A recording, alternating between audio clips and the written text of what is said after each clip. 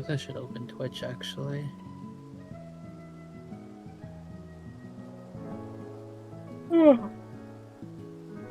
Oops. Sure.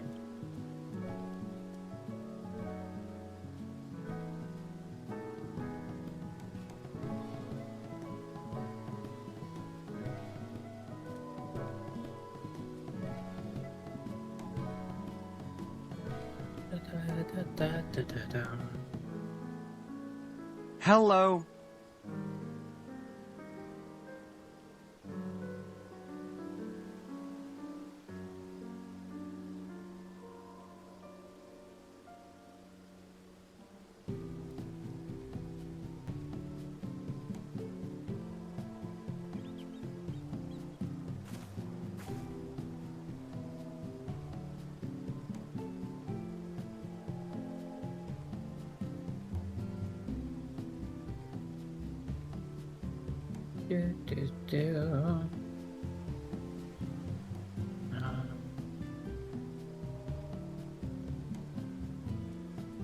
Putting stuff up for sale.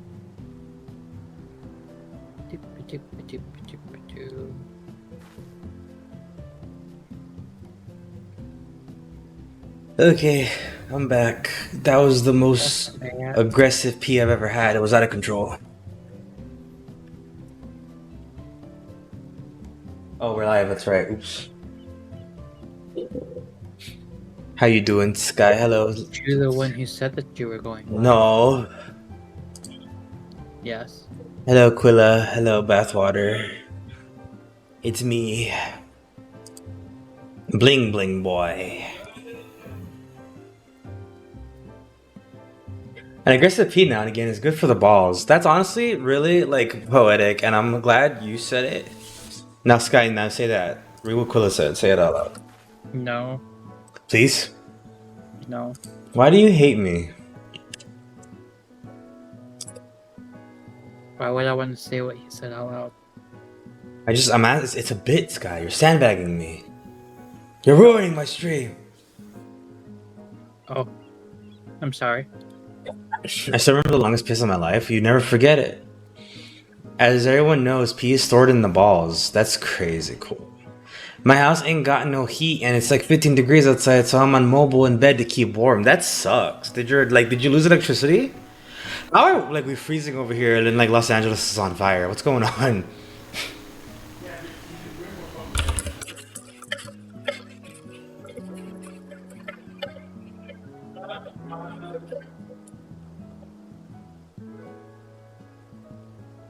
Answer me. I will not say anything about LA because it's California. It's not shocking. Whoa, Sky's being problematic again. Sky's gonna go to jail. Again, Sky. Guys, come on. Maximilian's in LA, and he's cool. Well, at least I didn't say that. Look, we expect it from Bathwater. We don't expect it from you, though. You're just a little guy. What's my battery at? I forget it's different on the PlayStation 5. My battery's gonna die. I forgot to charge it, Sky. God damn it. Oh, no. You're in charge of this stuff, Sky. That's why we made you Secretary of War and Peace, and you're really dropping the damn ball. We've been to war more times than we've ever even thought about peace. What's up with that? Sky. The little warmonger. How am I a warmonger? Because you've never made us go to peace. You've always said, Sky, do we do war or do we do peace? And you go, I don't know, I don't care. And then we go to war. I say peace. You've never said peace. Has anybody ever heard this guy say peace? I'm literally as anti-war as you can get. Nuh-uh. Yes, I am. Nuh-uh, you never said I'd make peace. You only said go to war, and we were like, alright. Nope. Sky. Not once, he's never said it. You want to do the raid first? Or you want to do dailies? I guess we can do raid first. Let me pop classes. This guy, you silly guy. Okay. Have you seen Star Wars in the Middle East? No, wait, you can't say that. Why is this my number 2? Should be my number 1. There you go. I'll be honest, this is actually really annoying because I am super anti-war, so I hate having this stuff said about me. It's a joke, Sky. Man, you don't let me joke about nothing. This is like the 3rd thing you were like, yeah, we can't joke about this. It's supposed to be like a comedy stream. I feel like I have a sense of humor. This rubs me the wrong way. Yeah, it's not like we're actually... No one legitimately thinks you're like a warmonger. I don't know if that part's clear to you. It's a joke. Like, not one person is going to leave the stream being like, wow, that Sky guy actually really wants to go to war with people. Like, no, of course not. Like, this is like the 3rd thing where you're like, yeah, I don't want to joke about this. Like, come on, I've man. got an idea. World peace!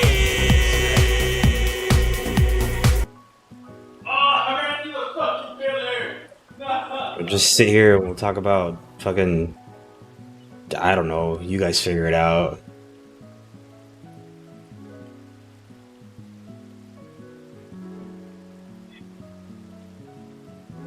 It's like the racism one. That one was so funny, but Sky also didn't like that one because racist. It was hilarious, but Sky hated it because I don't know. I guess you thought people would think you were actually racist for it.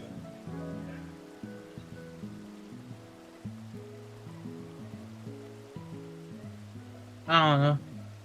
Yeah, I know you don't know.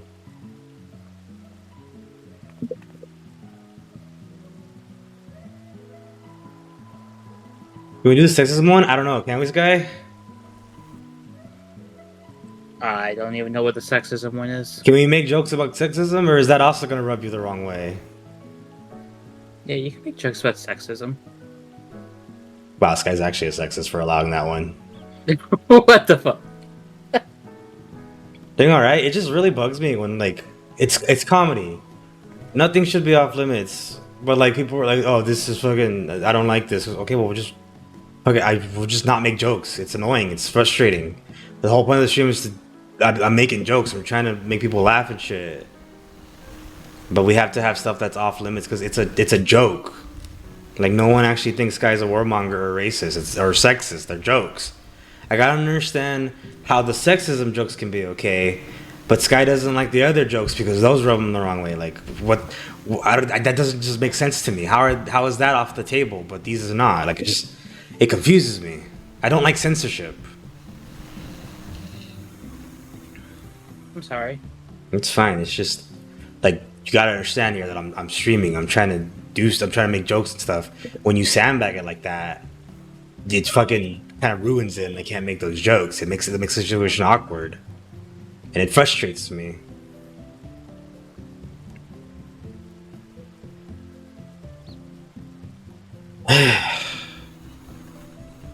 Everyone has their hot topics, I suppose. I mean, I guess, but also like, how are you gonna come into an environment like this and then be like, yeah, everybody have a good time, make your jokes, but don't make these jokes, or else I'll get upset. It's like we're fucking like I know what stuff not to joke about. Like I know That's what. why I just try not to interact with those kind of jokes in general, and then I just get pulled into them sometimes. It's a joke, though. You're like missing my point.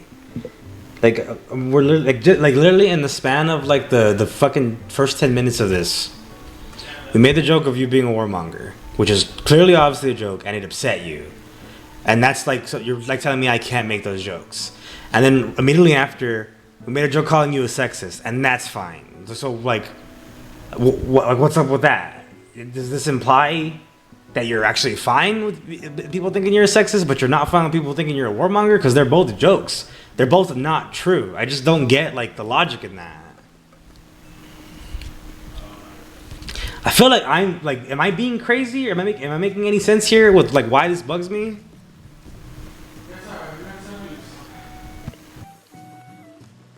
No, it makes. I understand why it bugs you. Like, you told me not to make those jokes. I'm not going to push those buttons anymore. I'm not going to make those jokes because you don't like it. I just don't understand the, like, picking and choosing of that kind of thing. I get the confusion there. I'm just specifically when it comes to war stuff, it has always bothered me. I don't know what it is about it. It just rubs me the wrong way.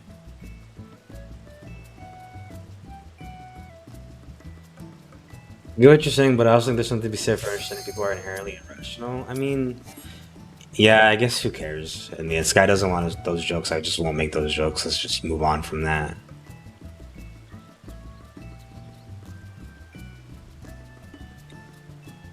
Just saying those jokes are really fucking funny, so. Some things just bother us. Yeah. Whatever, I guess.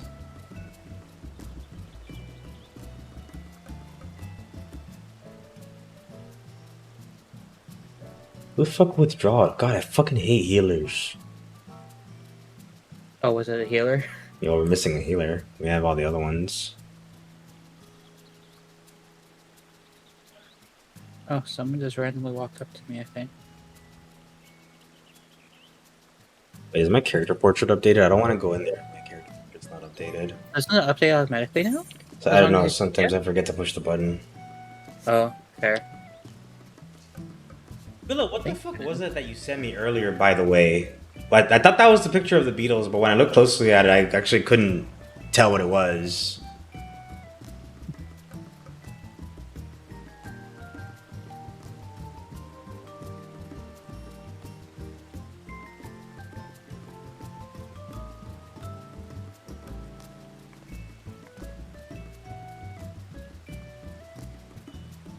It's a charismatic man picture from the Yakuza games. He looks like an analog horror character.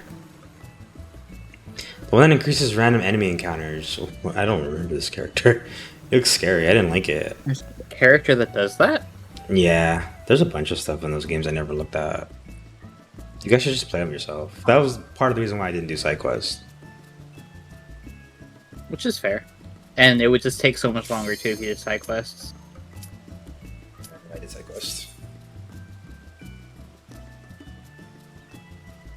I always thought he was wearing sunglasses, but I'm very unhappy knowing it's weird eyes.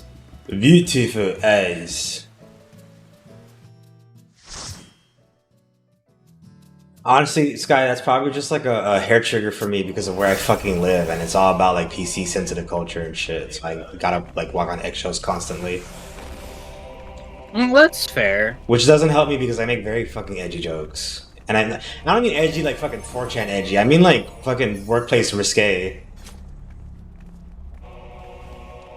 I had my coworker today mention that he had his ankle hurt, and he blamed me. And when I asked him, I was like, "Why are you blaming me?" And he goes, "Because we did that one thing just last time, remember?" And I go, "You mean sex?" And I said it loudly, and it was hilarious, and people were laughing. But I also gotta remember where I am because I'm gonna get in fucking trouble for making jokes like that. Yeah, I actually make those kind of jokes all the time at work. We will never see Joji's beautiful eyes again. I read earlier that the VA for Cosmo. Oh, are you serious? He died? That sucks. But my boss also makes your mom jokes, so. How old is your boss? I think she's about 10 years older than me. He old. She. Sky, you didn't know it, or chat, you didn't know it, but Sky's actually like 83. What? So his boss would be like 90. Bro literally fucking walked into that. If he objected, I'd kill it. So he's a comedian, and he actually got mad. She had a miracle kid then. Yeah, she had a miracle kid? Nah, she's just fertile. There's a way to revive dying stars. But, so he's a comedian, and he got mad because I was funnier than him. He was like telling me he was genuinely upset that I was funnier than him because he doesn't like that. But basically, he was trying to add to the joke, but he couldn't stop laughing. And then I also added, like, I was like, dude, you told me you could take it if we went to Pound Town. I guess you were wrong. And he couldn't stop laughing. It was like, he couldn't add to the joke, so he was mad. It was really funny. This is why Sky's always so sleepy. His bedtime is so early. Yeah, if he's a senior citizen. You guys didn't know. You guys never figured it out, but that's the truth.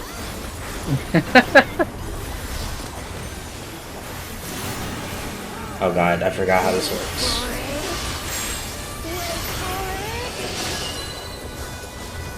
Okay, we You only just have to go to listen this the audio one, yeah. cue.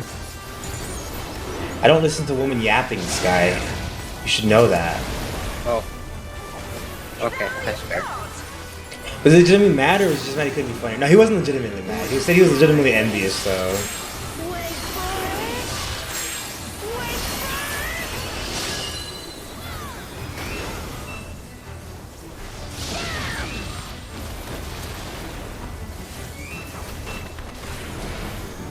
That's the risk of improv. Joke's too funny and ends for finishing. Yeah, I'm just too fucking funny for my own good, you guys. I'm sorry. I'll make an apology video. I don't work tomorrow though. I just remembered that, so I'm in a good mood now. Oh, you don't? Yeah, the roads are gonna be frozen, so they closed the office. Oh. Lucky. Did they make you work in the bad weather, Sky? Yeah. Sky works for Satan, by the way.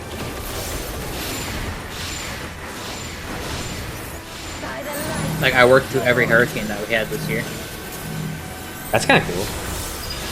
Ow. It wasn't bad for us outside of the flooding for that one storm. My policy is to lean further into it until the other person can't compete. There's a risk with that too, though, where if you go too far, you kind of just kill the joke. Like, it's everything in moderation, as the monks used to say.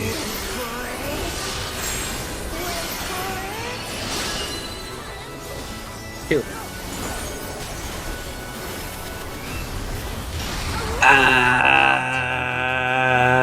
Aurora Uppercut's such a cool move. Did I land on the spikes? I didn't see. Actually, the camera angle fucked up, so I couldn't tell. Oh. Sky is causing the hurricane? Sky, is this true? No. Why would I cause hurricanes when I'm affected by them? Maybe you're like a sick bastard. Oh. No. I'm not that much of a masochist. That's true, but sometimes I take that as a win, like if they're fucking with me, I'll just run a joke. That's fair. Oh, that reminds me, somebody fucking vomited behind me today. And I thought they sneezed, so I didn't know. So I told them, bless you. But they were like, when I looked behind me, they were like on one knee because they like puked and fell to their knee. And I was like, that was an intense sneeze, bro. They were vomiting. They were vomiting. It was gross. I just wish people wouldn't take things so seriously when someone's just trying to have a laugh. Everyone's always gonna take themselves seriously. It's just kind of how it is. I try not to. I try to like not take myself seriously at all, which is I'm always found like being a fool or making myself look like a fool. But they don't bother me. I think a lot of people are afraid to look dumb too. They really gotta like make sure they're at their best constantly, which sounds exhausting. I don't know how you guys do that. I don't mean you guys as in you guys in chat. I just mean people in general who do that shit and constantly worry about what other people are thinking. That sounds awful. It is exhausting.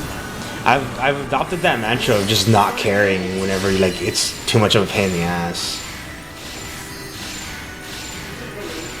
Oh, there's only one? Yeah.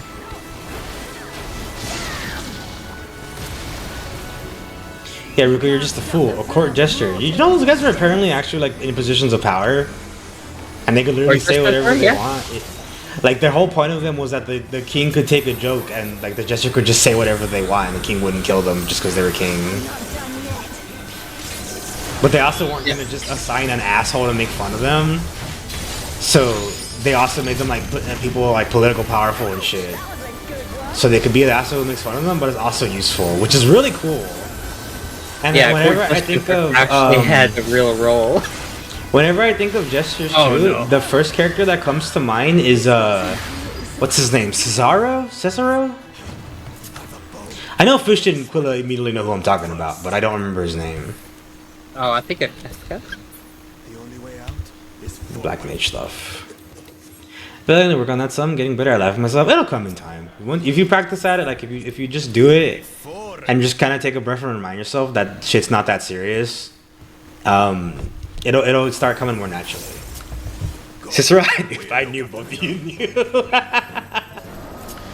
I think that was one of my favorite companions that I actually got in Skyrim because I did the Brotherhood quest line.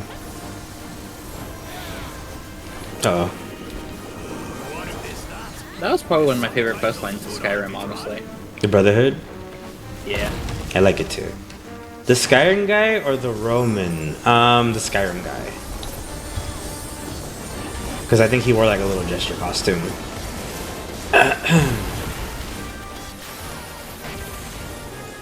I think. I don't remember. The last time I played Skyrim, it was on PS3. These guys got hands. Don't stand in the AoEs, you fool. I got hit by one and almost died. One of the funny thing about Cicero is his VA is like a ghost. What do you mean? Has he never done anything else besides Cicero? Something big. He really killed that role and then just vanished. That's crazy. Guys, that's actually kind of nuts. I think they hired a real assassin to Surely voice it's him. no match for you. Sky, did you make what the fuck is this guy's name? Fafnir? No, the guy we're with. The fucking the dickhead. Oh god, what was his name? Bakul? Jaja?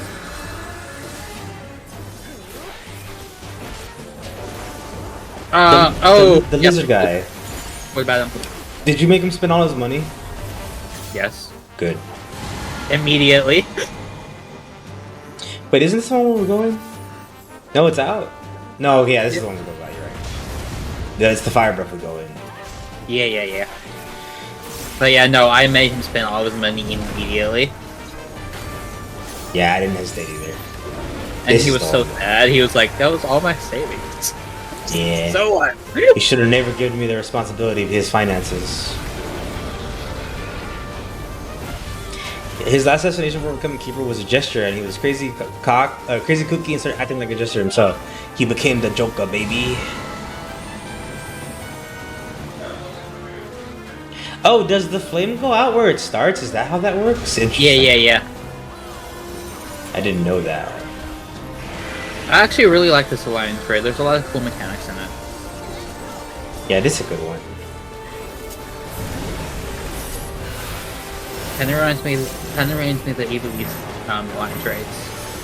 The Able what now? They were the Stormblood ones. Oh, They're the based Final on Fantasy Final Tactics 12. one. And Tactics, yeah. I'm sorry, my Final Fantasy Tactics is probably one of my favorites, so my brain's always gonna go there first. Yeah, I always forget Tactics and 12 take place in the same universe. How could you forget that? You're dumb! I'm sorry, I didn't mean to call you dumb. I'm aggro today. 2R. I said I'm sorry. It's okay, I forgive. It's because my stomach hurts.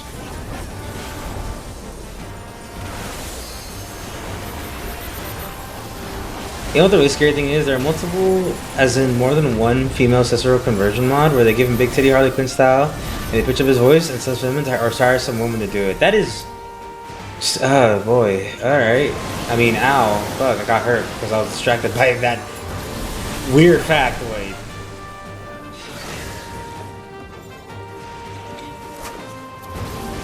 Ah! Fuck, I ate 2 bone stacks, Sky. You're gonna have to put me down.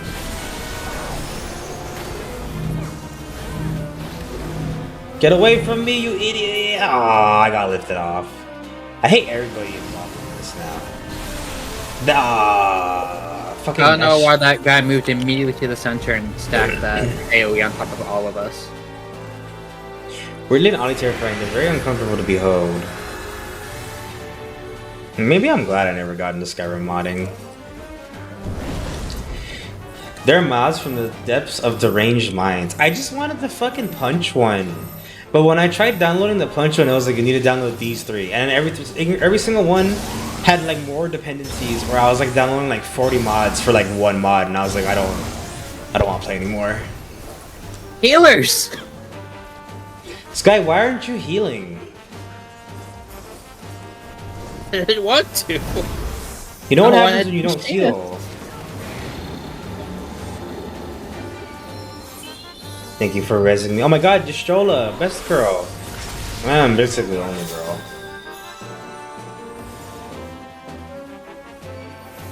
I fucked. Oh, she's healing me. I thought I was getting aggro. I was like, I didn't move. I know you liked Lease better before she was Lease. I like Nita. Oh, I'm standing in the. Oopsie.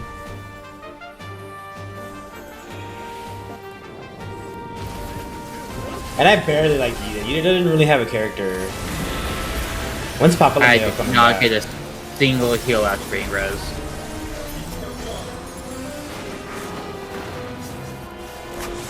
This guy, when are they bringing back the funny little Lalafell guy? He's dead. What? He's not my little buddy. Heck, dead. I was gonna teach him how to play baseball.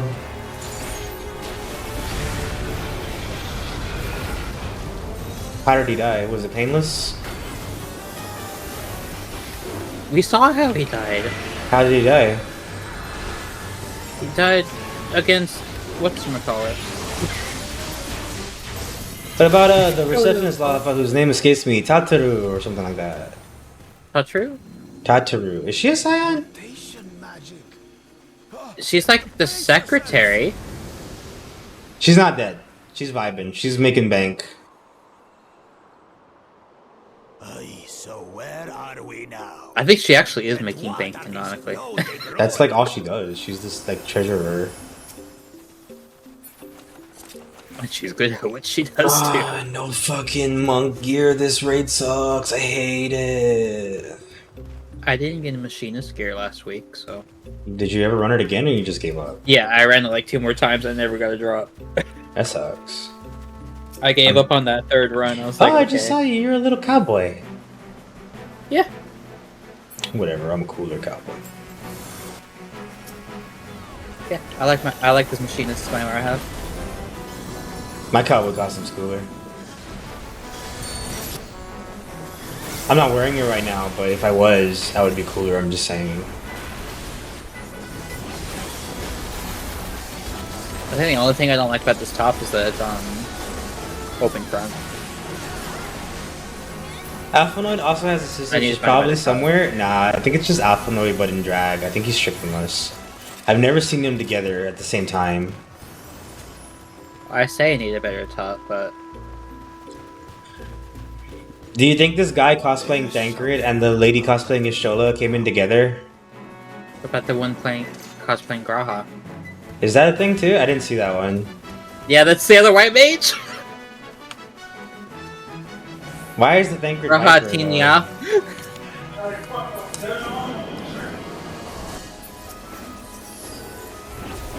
Do we not want to be sucked in? Oh, I see. I don't know. Yeah, no. Oh, now I do want to be sucked Oh. in. Well, I heck. why is this random trash have mechanics? Barely, but still. It's more than my brain can handle right now.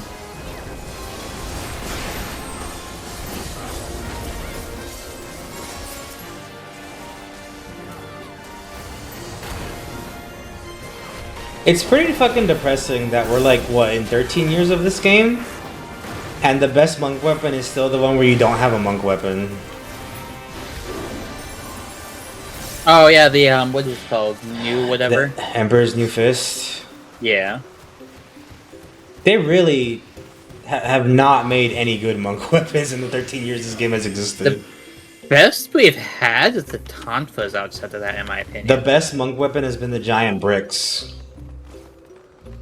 I like the Tonfas. You're dumb then. Oh. Okay. Sky, don't be sad. I 'Cause like. if you get sad, I'll get mad. And you know that if I get mad, I'll throw up. I also just like Tonfas as a weapon. So. It's just you don't use them as tonfas in this game. That's why they're lame. I You're know. kind of still just punching, but the tonfas are in your hand. Oh, it's the little guy again. Yeah, because we're Alliance C. I didn't even know we were on C. I thought we were A. Yeah, because you never pay attention, Sky. Shake my head. Oh, Thancred died. Thancred's fucking dead, canonically. Oh no.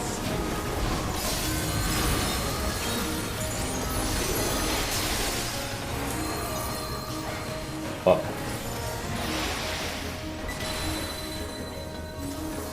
Wait, where'd I get the bone stack from? What?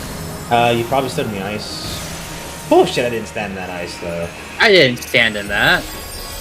These guys are fucking cheaters, dude. I forgot you got standing there. Consumed by the cowardice that binds you. We both fools.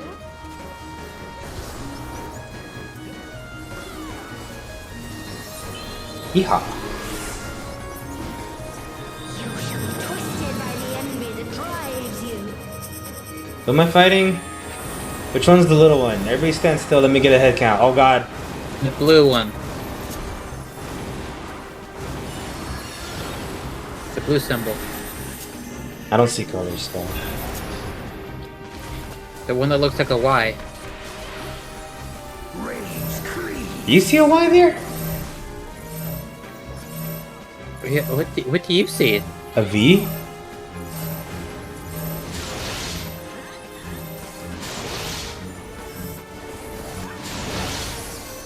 Cowardice dismembers. Why did we not split up evenly? Why is he not talking like the Lalafell's actually talk in Final Fantasy XI? How do they talk in Final Fantasy 11? He should be like, Coward, you should wish, wish. Do they have ooh voices? Yeah, they fucking talk ooh in Final Fantasy XI. We found that out the last time I played it. That's hilarious. It's a nightmare. And you would teleport when I'm in the middle of doing my cool combo, dickhead. They would teleport as soon as I hit reassemble. You shall be smothered. Well, you don't lose reassemble as fast as I use Yeah, you do. balance. As fast! Reassemble is only like 5-second duration. Get away from me, whoever's attached to me, you fucking freak. You didn't get away from me, I hate you. Oh wait, it's you. What the fuck? How does that work? I thought I was attached to a person. I was attached to a ghost? It makes you like run to avoid consistent damage. It's weird. Oh, they double raised me. Oops. Scions, you fucking idiot. Stop double raising me. They're like, stop dying then. Shut up, Graha. The day I get talked shit to by Graha, is the day I will kill you. And myself.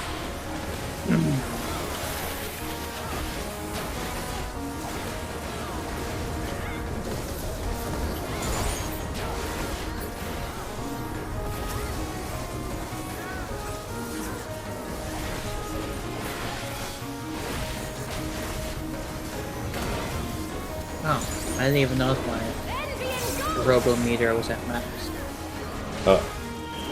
I'm in a bad spot. Oh, I am in a really bad spot.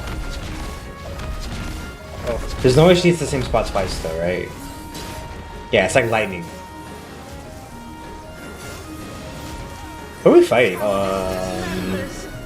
we're not linked to anyone Oh, the right little now. guy. The little guy. Fuck the little guy up. I hate him.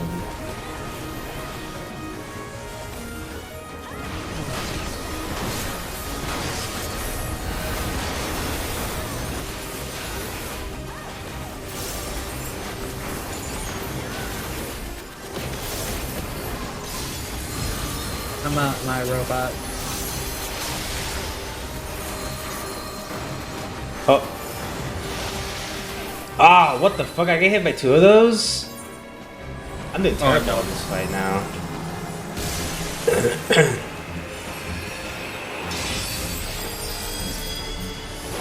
You shall be consumed by the cowardice that binds you.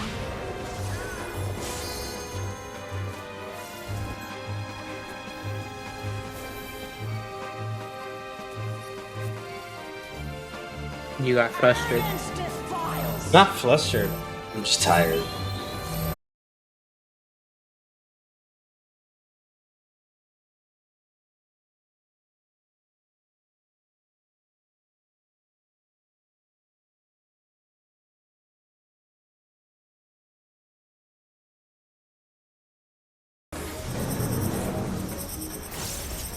Honestly, looking at it, it was funny timing. It was hilarious timing. I'm fucking hilarious, yes, but I also need the stream to be live. I know. I didn't kill it though. It's not my fault. I'm so fucking funny all the time, even not on purpose. Somebody clip that. I don't think you can clip it though. I don't think it'll actually show the stream going offline. It won't show in the clip. If it does, that's hilarious. No, because if the stream goes offline, I don't think you can click the like be right back or the we're offline screen. I don't think there's actually a way for me to grab that. I haven't gotten any fucking loot, by the way. I'm gonna kill myself. That's unlucky.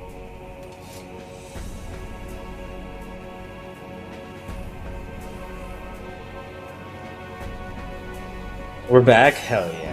I wish someone was like screen recording that or something. I don't know how we would get that footage.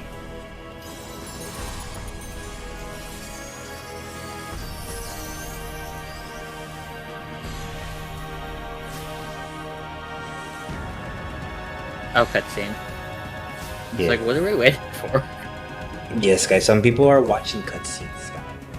Maybe you should be more considerate of their needs.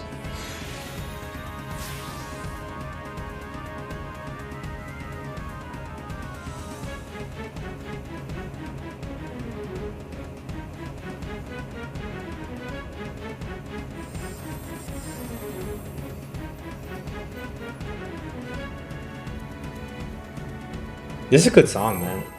This whole raid is just really good.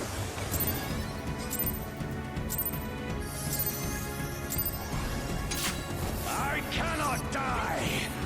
This entire raid has good music, I think. You and your kind from this world. It's crazy how much better this mid-ass game gets when it's referencing other good games.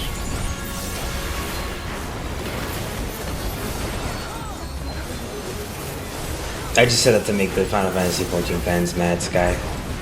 Yeah. Wow. I He forgot. didn't like that. He didn't like that. He didn't like that I'm being hostile. But she's supporting the game that he's from. I mean, I do pay for the sub.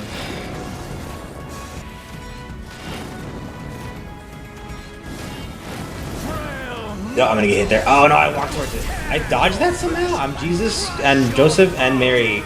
The second coming of Christ, and I'm never gonna die.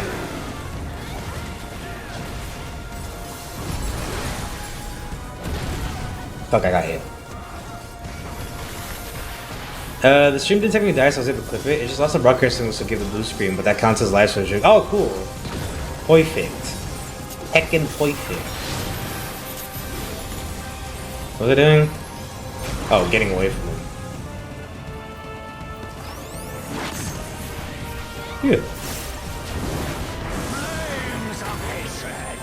All have a burn. Do you remember those Endwalker raids, Sky? The one with the water? There will be naught left of man but slaughter. Or was that Shadowbringer?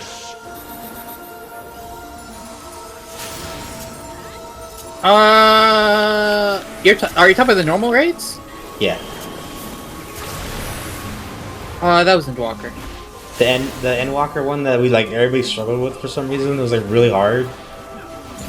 And it was basically the same layout. Yeah, yeah. Yeah, that's what this one was going to be. That's what I was getting at. Even though it was like really obvious what you were supposed to do for mechanics in that fight. I mean, I guess, but also we did really badly in those fights too, so I can't really talk all that shit. Like, I wasn't like, we were also dying, you know? Yeah. It was just for some reason really difficult. I don't know why. I think it's just because where we were supposed to stand was really tight. Oh.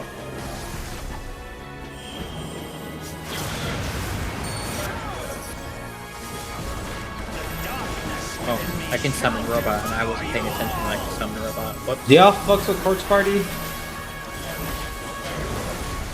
Corpse Party? Yeah, that horror game. I'm surprised you don't know about it.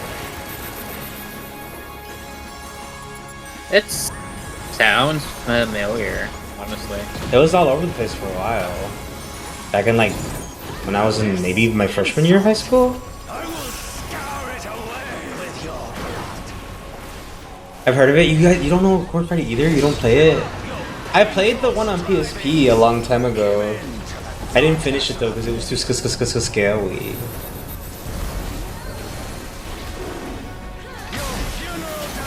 It was gross actually. There was a lot of description of gross peeing themselves. I know of the game, but I never played it. Do y'all fuck with like anime girls in danger of being killed by like ghost children? I guess that's a better question to ask since you guys don't really know Corpse Party. Weird question, but probably more interesting.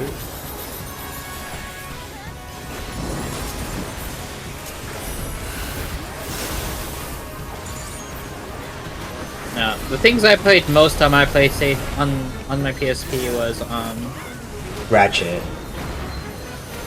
actually I play a lot of Ratchet. But Ace Combat and Fantasy Star Portal.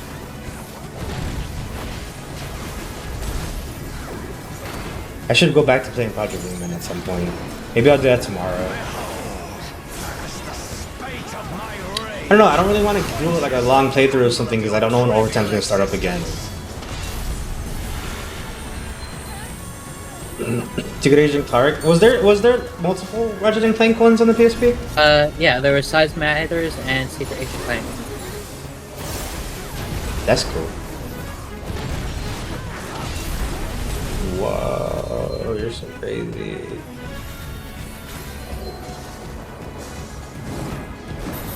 Did you do 3 and I missed it? Oh, I did. And now Implosion.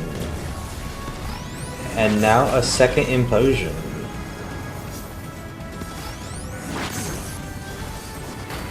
Can your vaunted justice withstand the brunt of the deepest rancor and wrath? I hate these ones because they don't get away from me. I'm not moving, guys. You figure it out.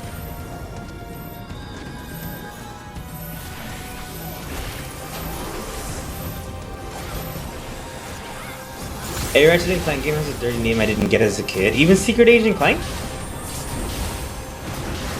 Why did he not heal that stack? Don't know about Secret Agent Clank, but Size Matters does. I love the original working title for the first 4-person multiplayer game they did.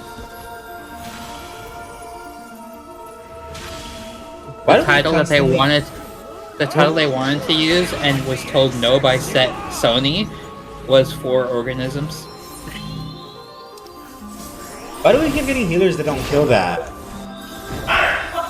Is there some kind of mechanic behind that where you can't heal it or something? I don't think so. But this is the second week we've gotten where it's like, yeah, they don't heal the stack and we just die to stack. I don't know, it doesn't make sense to me.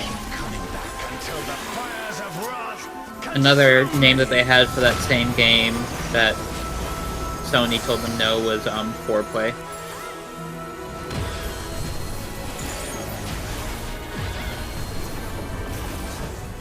Okay.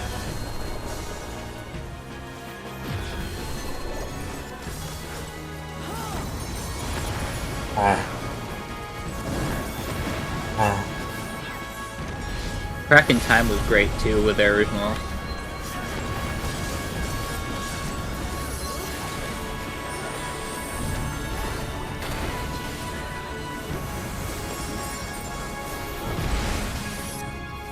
Oh, I'm gonna die. Fuck.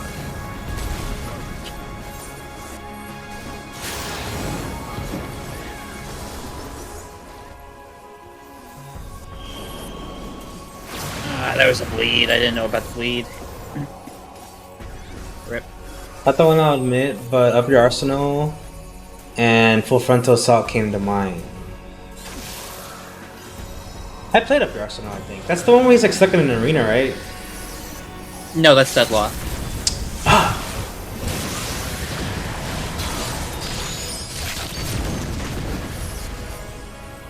Or it's like a game show, basically. I just noticed we have another fucking monk here, so if I do get loot, I have to compete with them.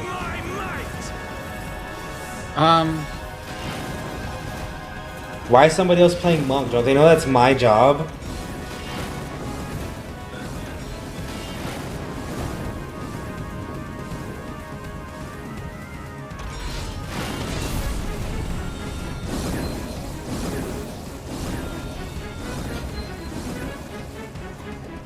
Hi, I'm dead right next to you. Hey, Sky. How's it going? It's going okay.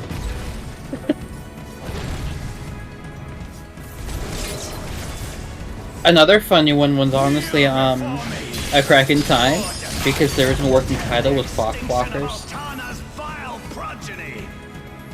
and Sony told them no. There's a what? A Crack in Time's original title was Clock Walkers.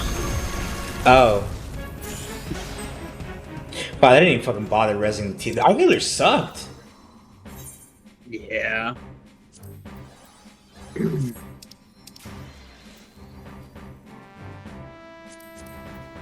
Wow, I rolled a 1 on the minion. I hate it here.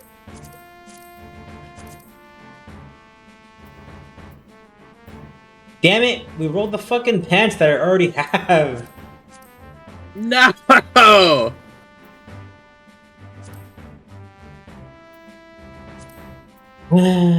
don't know. I guess I'll read on this. I don't even want it.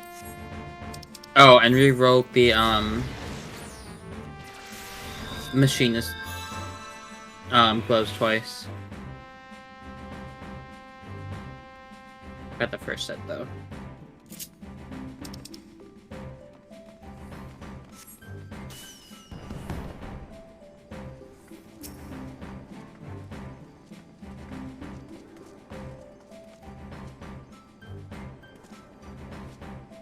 I have a feeling I didn't get the minion. I rolled a 70. I rolled a Yeah. 1. I don't want to hear about your cool ass 70.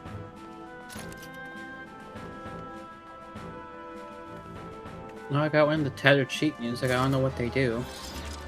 Oh, I got a Shadow Lord card. Oh, I haven't got one of those yet. Why the fuck did I get 4 comms? I don't know. Why did I get one? Why did my mediocre ass do that and impress them? I kept dying. Oh, I mean, it wasn't your fault half the time. It's probably because I'm cute as fuck. Yeah. Yeah, I'm pretty damn cute. Look at me.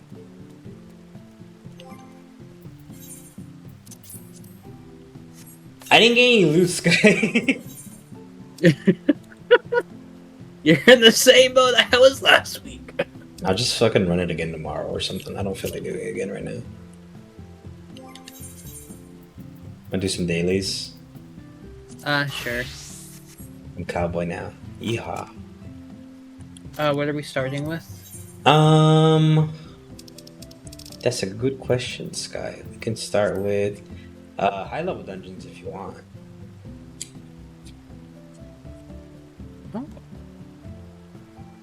Oh, can you do high level now? Yeah, I'm level 65.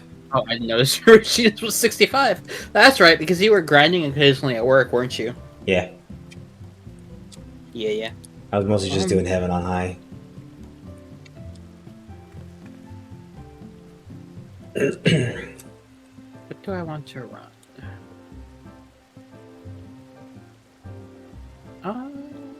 I guess I can just run Dark Knight. You run whatever you want, Sky. You're the boss. But you the boss. You're in charge of your own decisions. Your destiny. Ugh. You know what? I haven't ran this back very well. I'm gonna swap to it.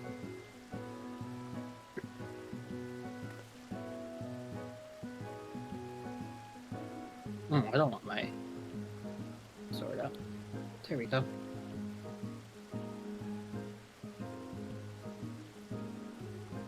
Okay. Are you ready? Yeah. You sure? Yeah.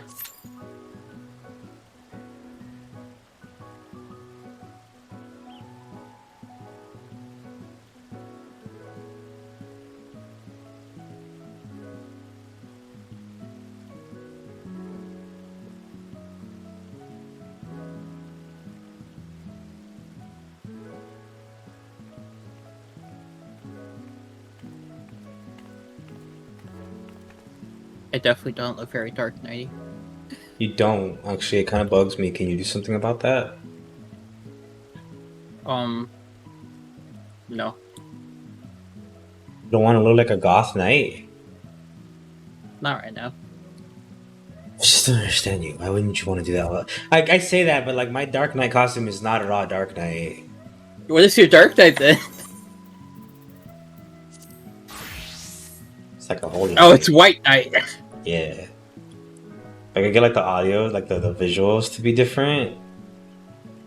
Like what's the yeah, if I can make that like a holy flame or something. That would be great, actually. Yeah, that'd be fucking cool. But yeah, I didn't go to Dark Knight school. I didn't go to the goth school. This is legit. This costume is the only reason why I want to level Dark Knight, but I like Gunbreaker more.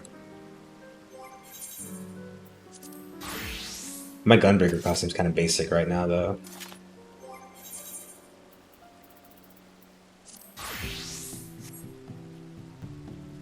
I'll level them up eventually.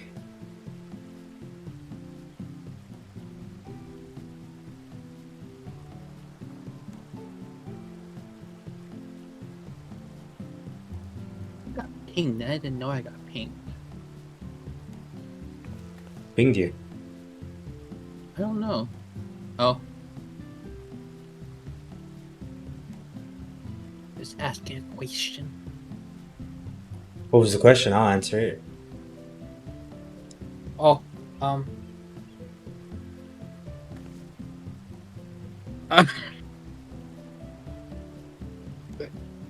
it was about a character. Which character? Aura. I'll answer the question. Go ahead. Oh, they were just asking her favorite food. Pizza. Pizza bagels. It's actually sushi. That was close. They look the same. Actually, they do look the same. I can't argue with that. Do they actually? Yeah, a pizza bagel and then the sushi on a pizza bagel. Like if you put the sushi on the side, they look similar. I guess. I don't know. I don't actually. I don't eat that much seafood, so I have no fucking clue. Go ask, are you okay? Are you? Sky, is everything alright? I'm watching the slow march to oblivion. Oh, okay. Well, he's probably fine.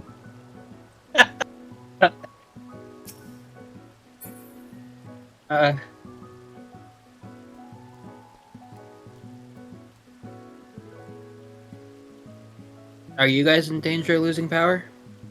Possibly. Things might freeze again. This has happened a lot lately to you. Yeah, global warming or whatever. Fucking sucks. It's always this one. It's probably my fucking the year. I mean, it's 50, 60, 70, 80. Oh, it's just the flat numbers? Yeah. Oh. Global climate change, let's go. I hate it. My state did not prepare for this at all, even though it's been years. Just like California didn't prepare for the fire. Why is Oh no, wait, that is the symbol for Scholar. You didn't know? I forgot. I haven't seen Scholar in so long. Oh. It's always just White Mage and Sage. I thought they didn't have a job crystal. I was like, what are they doing?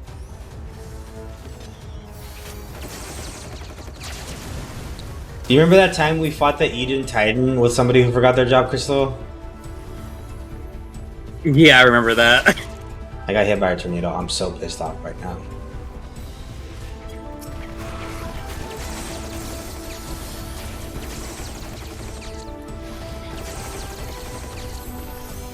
Uh-oh. This guy, stop him. I got pushed back. Do I have auto crossbow yet? I do. Why am I getting venomed? I'm not Tom Hardy. That was a really funny joke, you guys. I'm fucking hilarious. I'm simultaneously the funniest person ever and also the least funniest motherfucker in the world.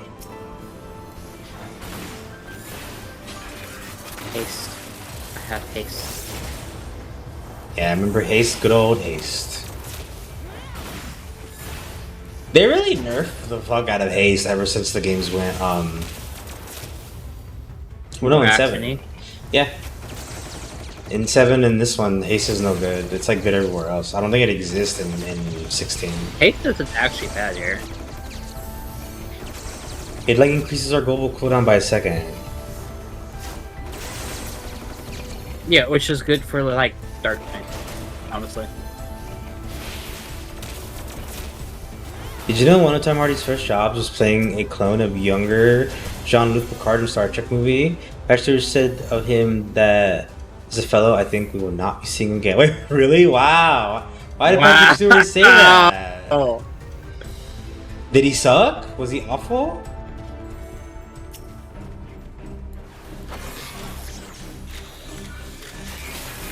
I actually think he's a good actor. What the fuck? Maybe Patrick Stewart knows something we don't. Oh. Heckin' Captain.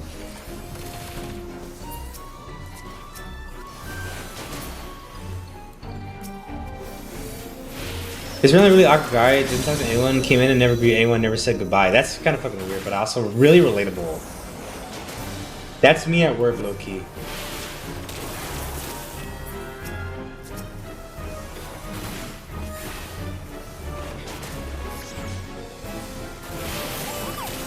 On the rest of the film, he just left quietly. Maybe he was just like nervous, you know? I would be nervous around the Star Trek crew.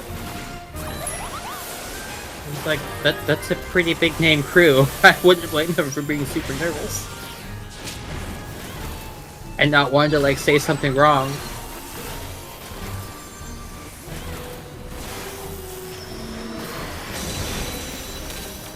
I guess he was just feeling really nervous. So it was one of his first big acting jobs. I would be really fucking nervous. Yeah, I'd piss myself. Like I would piss myself before going in just to like get the pre-piss out, and then I would piss myself in there. Because everything we hear about him now, it's like he's super friendly with the rest of the crew, so. Obviously, he's not a big name himself, but nobody knew who he was. Then yeah, that's fair. That's fair and makes sense. And now he's Venom. Well, not anymore. That clip that's been going around where he goes, "I won't forget you, buddy." That's from Venom, right? I haven't seen The Last Dance, so I don't really know.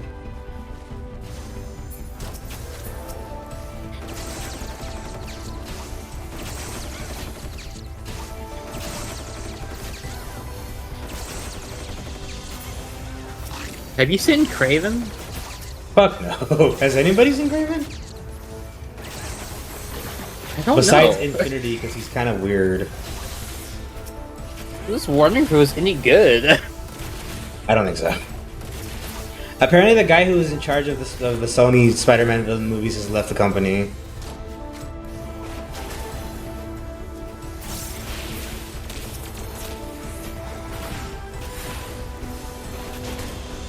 I don't know if you muted for just me or the stream, but I did not catch the rest of that. I think my mic cut out because I never touched it. I didn't mute anything. Okay. But apparently the guy who was in charge of the Sony Spider-Man movies has left Sony. Really? Yeah. Is that why there's not going to be any more? I don't think there's going to be any more because they didn't make any money. The Venom movies weren't bad, though. The only ones. Because Morpheus did really bad. Madam Web sucked, and Craven... Well, nobody went to go watch it. I actually never watched Morpheus. I still love that they beamed it into having a second run and then no one would see it. I think the only person who went to go see it, or who's seen the movie, is Aquila. I can't say he went to go see it, though, because he didn't. It, like, came to him. How did they come to him? By the algorithm. Oh.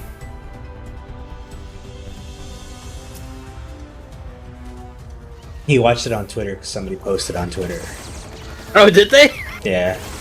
That's Or on a amazing, Twitch actually. stream, my bad. Not Twitter. Twitter's a different thing. Was it because it was a sponsored stream, so they were allowed to do it, or did they just do it? because they I think think it was somebody fun? just streamed it and nobody cared.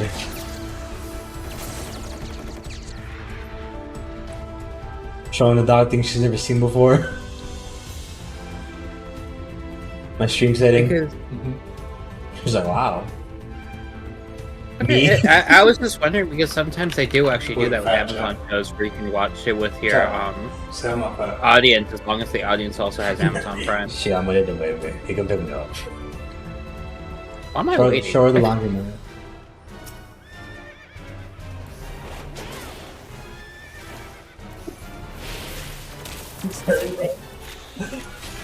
She don't care. She's not impressed.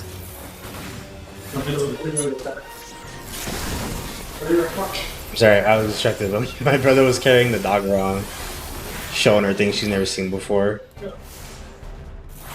She didn't care. She wasn't impressed. That was illegal as fuck. Took them at least 2 whole runtimes for the XX got him. They got him. Sky, that guy's a dummy. Did you see? Yeah. Shame them, Sky. Kill them.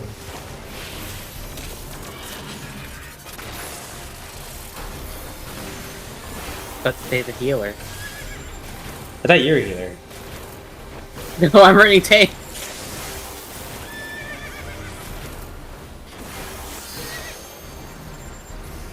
Because I want to max out Dark Knight. Since when did you like Dark Knight? You've always hated Dark Knight. You Dark always come Knight out and Films? you said you're always like, Batman's not as cool as Superman.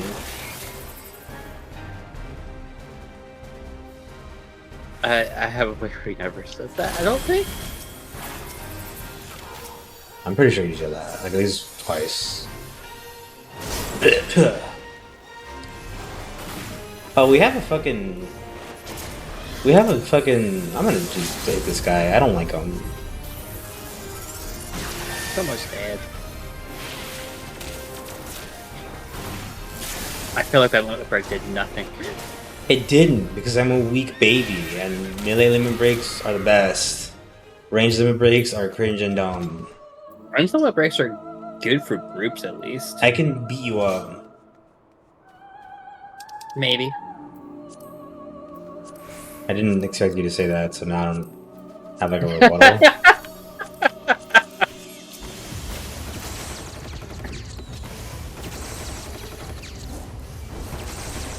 My car's probably gonna be frozen in the morning. You guys gonna what? My car's probably gonna be frozen in the morning. Why don't you like put a blanket on it? That doesn't help the windshield freezing over. Or if you like put like hot water in.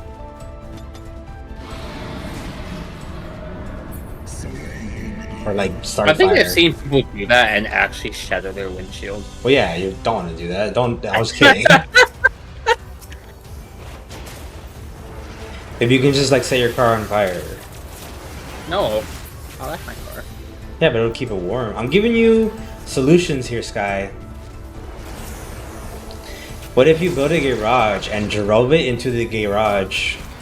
What about You that one, have Sky? a garage. The garage is full of stuff and actually too small to fit like any reasonable sized car. What if you expanded on your garage? I honestly would love to build a second garage in the backyard. Apparently, drove it into somebody's house, turning it into an impromptu garage. Yeah, that sounds like a good idea. But then that also ruins my car and the house. Then get a bigger And then garage. And then I go to jail. What if like you don't, and instead you just have like 2 garages now? And when this happens to be in someone else's house. Hey man, no one's gonna notice. Just be like sneaky about it. Like put a hat on the car. Then I guarantee you nobody will be aware that you snuck in a new garage into your home.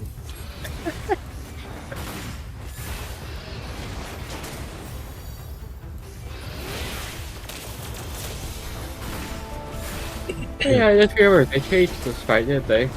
What? I was a yawn. Yeah, you I fucking said I just infected me remembered with that they. it. I said I just remember they changed this fight. Yeah, it's easy now. Yeah. Before it was brutal, hard, and difficult and scary. What if you don't go to jail? Legally, when they arrest you, you can just say no and they have to leave. Your sovereign citizens guy, the so-called authorities only have the authority over the Ukraine. This guy's actually Russian. I mean, I am actually part Russian. Yeah, he doesn't have the same civil rights being you do, Kula. And part French. And part French. And like Indonesian and Filipino. And El Salvador. It's not what I meant to say, but I couldn't get out the word. Where did you get Indonesian and Filipino from? You told me.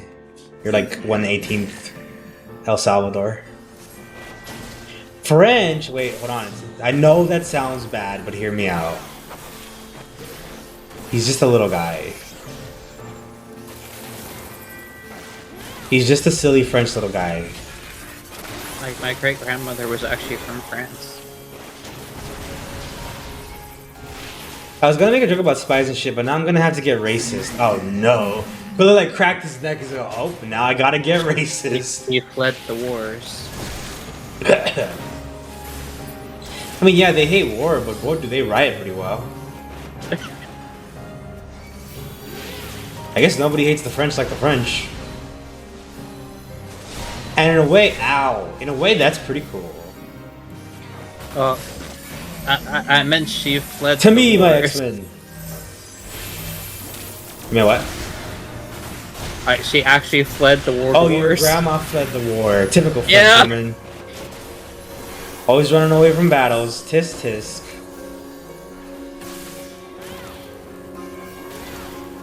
Why didn't your grandma simply win the war instead? Like America would have done. I mean, America did do it. Like all of our American grandmas, they ran towards the war. They now. Not my grandma. But she's Mexican.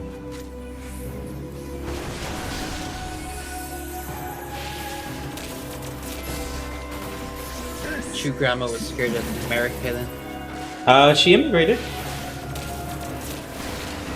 She She wanted was- to fight. Oh, I She was forgot he here. died. I don't know when she started living here. I actually don't know a lot about my grandparents. I was very little when they passed. I only have very like fucking vague memories of my grandpa. But no, I was more trying to make a joke because for World War One, the whole reason why the U.S. got involved was Pearl Harbor. Oh no, you said World War One. yeah, Germany messaged Mexico and asked them if they wanted the land back that they lost Did they? in the Mexican-American War, and the U.S. intercepted that, and we're like, bitch, what? My great grandfather ran toward the war. He took a Japanese flag, which I have now. I'm not entirely sure, but I think it may be considered one of those stolen war trophies. That's awesome.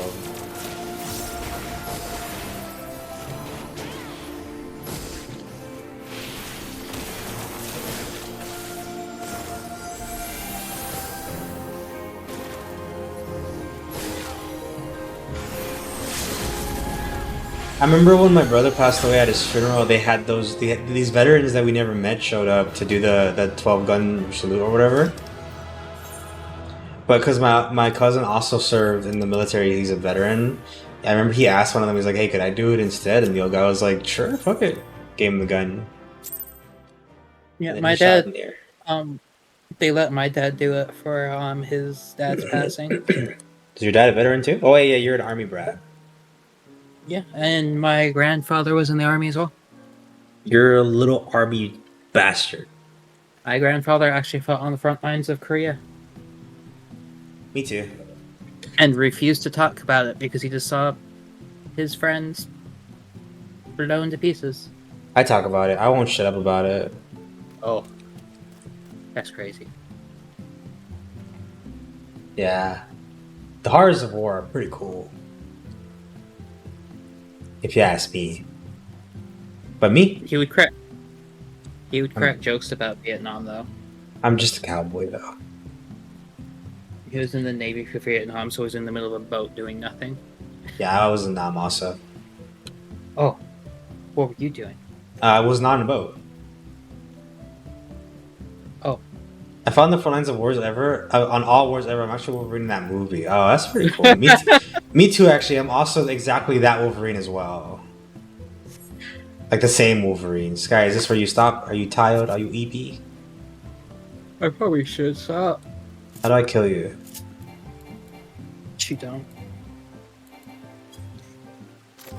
Well, what am I supposed to do now, Sky? DPS queues will take 100 years without you. Do you want to play card games before you go to bed? No, I really need to get to bed, so I'm not. Yeah, Sky, I'm gonna shoot you. I'm gonna blast your head off and go ka-choo. What is the emote to do that? Is it this one? Why am I emoting towards the fucking Aether Shrine? How did I target that? There, I kill you. Bang! Shot your head off. Now you're dead.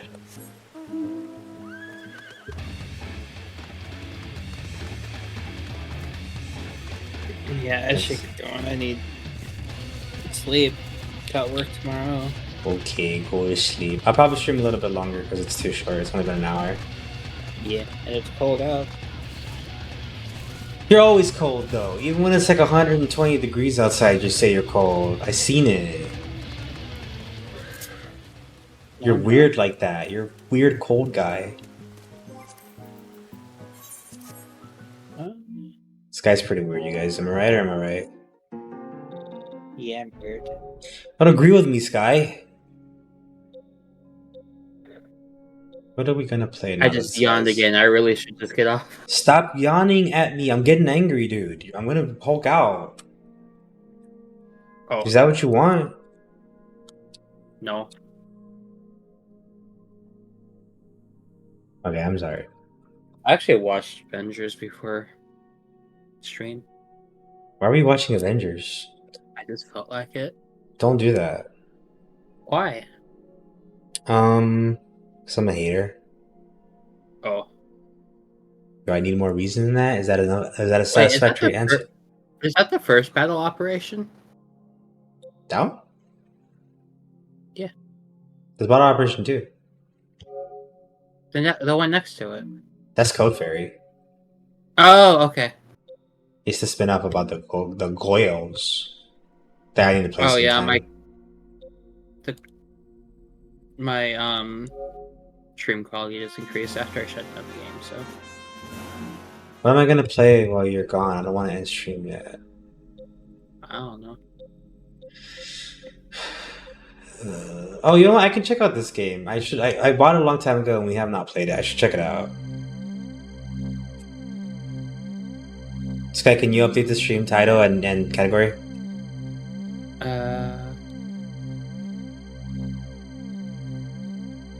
have to be on the live view for that, right? Oh.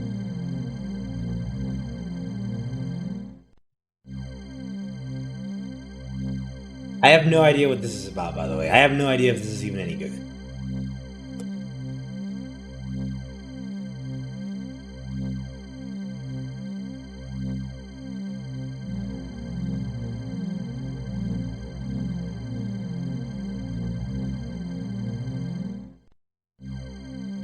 I like it though. I like the vibe this is giving me. Feels like I'm gonna die playing this. I'm probably gonna have to read a lot though. I don't think it's voiced. Oh, it won't. I mean, edit the stream info. Why not? Edit stream info must be an editor to access. Well, you have to be an editor? Is Quilla an editor? Because he can edit it. You both should just be mods. Oh no, he has editor. You don't have editor? I'm gonna give you editor. I don't know why you don't have editor. There you go, you have editor now. Okay, let's refresh. Yeah, now I can use the button. Huh. Category was, what was the Bonsin Knights? Fashion Knights. Fashion.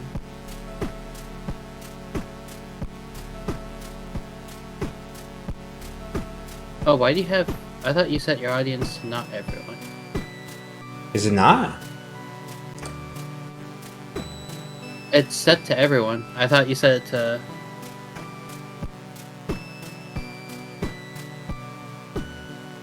You did. It was Quilla the whole time? Quilla, why? Oh. I was working on it and then Quilla changes it. Okay. Took too long. You know how impatient I didn't Quilla have... gets.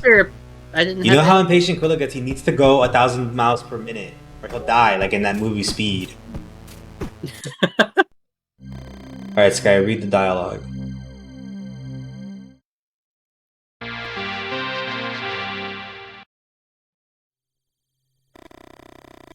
Go ahead, Sky.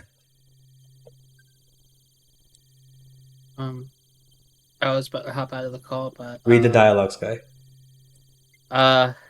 There's something heavy in the air.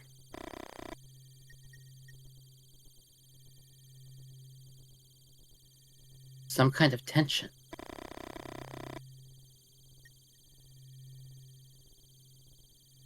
It's not just the silent stuff. It's just pauses. Added a word. It's expectation.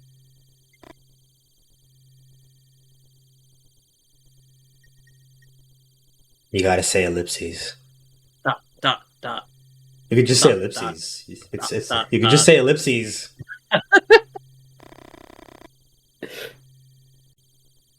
Dot, dot. The son of a bitch knows how to talk. Dot dot dot. Thank you, Wukun. Wait, is this some kind of... Is that a cross? That is a cross. Dozens of people listen to Tony's sermon with tears in their eyes. Just dozens? That doesn't seem very powerful. We'll talk shit about Tony Serum, dude. He just started. After each pause, they wait. Dozens of people listen to Eric's sermon with tears in their eyes. Dot dot dot. Spence making their pulses race. Wukun's reading your lines. This guy's kind of... And Tony knows it.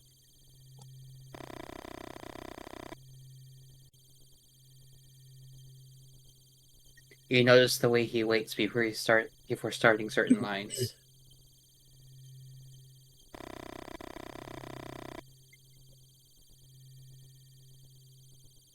How he builds up the crowd's energy and makes the most of every silence.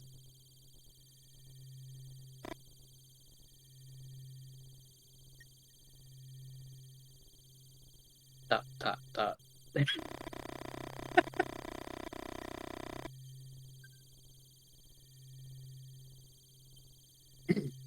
Although you've heard his speeches before, you can't help but notice that there's a certain magnetism in his words.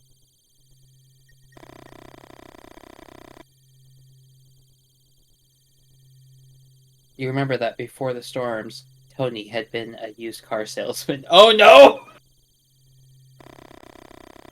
Honestly, Sky, I'm just trying to see how long you've, like, put up with this. I didn't expect you to go on this long. I don't know how long this is. I thought it was just like... No, it's like this is the whole game. I was basically just making you read the whole game. Wait, is it the whole game? Yeah, this is what the game is. I didn't know it was a visual novel. Yeah, it's like a visual novel. I was just kind of seeing how long you'd, like, actually do it. No, I thought it was like a Hotline Miami cuts Oh, no, kind no, of no, game no, with no, a no, cutscene. No, like, this So I is was the like, game. sure, I'll read the cutscene. I didn't know it was a visual You put up with that way longer than I thought you would. I'm actually kind of impressed. Like, I don't know why you I kept... thought it was a cutscene. Like You're kind a of a short dummy. cutscene. You're kind I of a don't know dummy. this game. No, yeah, you read that for, like, a while. You can go to bed. I thought it was just a short cutscene into like some action game or something. Nuh-uh. Alright. Thanks for I'll putting hop up with off that. Get a load of this guy. Nice guy. Bye-bye. Alright, bye. Alright, little Benny, it's just me and you now. You read it, Dimny. Go ahead, read Tony's lines, Benny.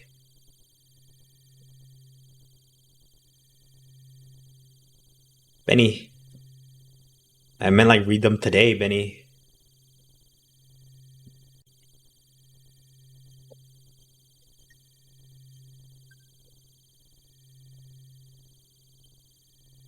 Benny, you're making me fucking look bad, dude.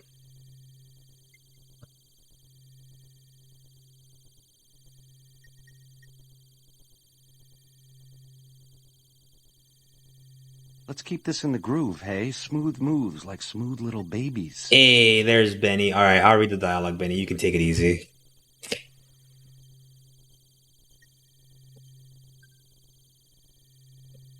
That's right, little Benny. You read them in your own time. That's true. No rushing, little Benny. Don't rush the B-man. All right, I'll read them, Benny.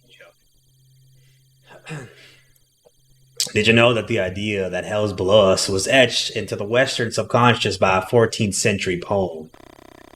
Tony claims that more than 500 years ago, the devil sat behind Dante Alighieri and dedicated the verses of the Divine Comedy to him. You look around. You can feel the contained energy, and you know it won't be much longer. Where do you think the tornadoes that plague our country come from? Don't be fooled. You close your eyes and feel the hairs on your arms stand on end. Hell isn't below us. No. Not beneath our feet. You crazy son of a bitch. Hell is above us all. We will recognize the end of the ceremony and you feel like something finally breaks. A huge amount of energy gets released. And the clamor is deafening. Ellipses. The bedman is already tilted. I don't know why he's tilted, but I don't know how to fix that. It might be that I'm tilted. Like, it might be my motto is tilted, so things that get attached to me get tilted. And Benny got emotionally attached to me, as, you know, he is wont to do. So that might be my fault. I might have tilted Benny an accident. But also, I don't know how I'm tilted. I don't know what happened there. You wonder if this is the same crowd, or you wonder if this same crowd could be heard over the passing of an F5 tornado. Oh my god. I'm glad I got Sky to read this guy. He's apparently a plane nerd. Trying not to draw too much attention, you walk away from the scene by strolling to the other side of the barn. You light a cigarette and take a few drags. You can still hear them cheering. You grab your head. What were you thinking? You didn't infiltrate the Bastion Knights to analyze their leader's ceremonies. Boston? I don't know what that's supposed to say. You need to know what happened to Kupra? FF14 looks different than usual. The category does not say FF14, nor does the title. But thank you. You think of your partner of the work at the agency. You think of of the work at the agency, all the beers you shared. Kupra is the godfather. Godfather is a movie. Of your 3-year-old daughter. The day she was born, he promised that whatever happened to you, he would be there for her. You feel an emptiness in your stomach and try to think of something else. I still can't understand why you smoked that brand, Boulder. Tony! You're settled back into the present. You didn't hear him coming. I needed some air. Here. I don't want to take his keys. Tony shakes the keychain close to your face. You don't really seem to have a choice and grab the keys. Is there something wrong with my Sierra? No, it's not that. Today's ceremony was intense. I need you to drive me in my Sierra. What about mine? Shall I leave it here? Yeah, don't worry. Tomorrow a new driver joins the group. And we're going to use the barn for the baptism. A new baptism? This soon? You stare at Tony looking for a sign. Nothing. It's not the first time Tony had someone drive him in his car, but it's the first time he asked you. Let's hurry before everyone heads out. You walk to Tony's Ford Sierra and get into the driver's seat. I'll sit in the back. Need to stretch my legs a bit. You turn the keys and hear the engine roar.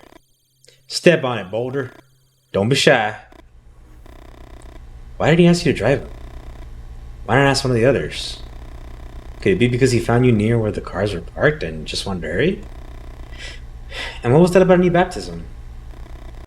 Based on what you've heard, neither candidate's ready yet.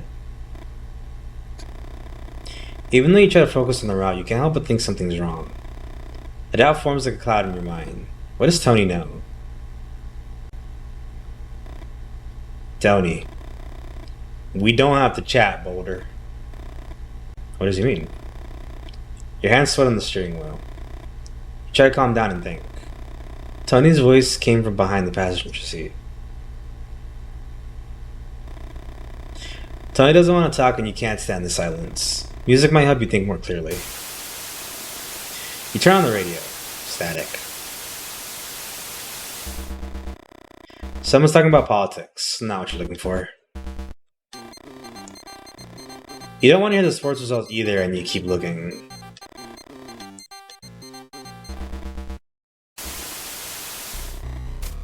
You feel some movement at the back? Leave it there. Listen. You recognize the song and chills run down your spine. It's an old blues song about betrayal.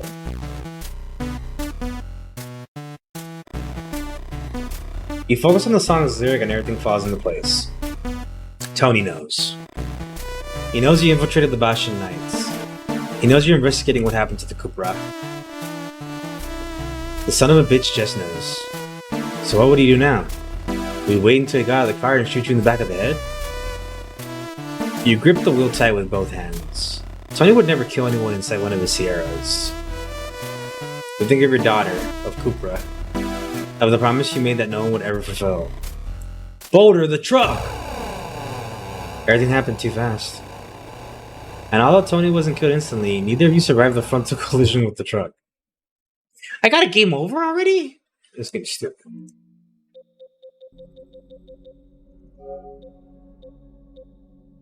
We're gonna play...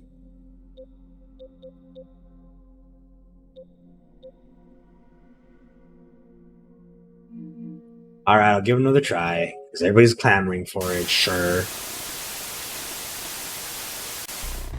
It's on bad luck, you're not... No, it's fine, you're not making a difference. I'm gonna change station. Boulder, what are you doing? Sorry, we know the rules of the Bastion Knights better than anyone. Driver chooses the music. Tony laughs and something about it calms you down. One of your favorite songs comes on and you let go of the dial. You know it's because of how Tony laughed that you mentioned one of the Bastion Knights rules. Or because you listened to the first song you danced with Ava. Whatever the reason, you start to calm down. Before you know it, you're singing the song under your breath. Come on, Boulder. Louder! Pumped up by Tony's words, you start singing out loud. When you finish, Tony starts clapping. Listen, tomorrow's an important day for all of us. I moved the baptism of the new driver forward because there's someone who's not going to be sticking around. The others are going to take care of him before going to the bar. Who was Tony talking about? And what had this nameless driver done? Would they do to him the same as they did to the Cupra? Is Cupra a person? Again, this feeling of emptiness in your stomach. But let's focus on the positive. Tomorrow you'll have your first route exorcism. Happy, Boulder? You try to smile. To hide the shaking in your left hand. The rest of the trip you do in silence. You know that you'll have to be more careful than ever if you don't want to be discovered. Annie. So the first game over is just because Boulder got paranoid? I see. How do I save? The game says to save often.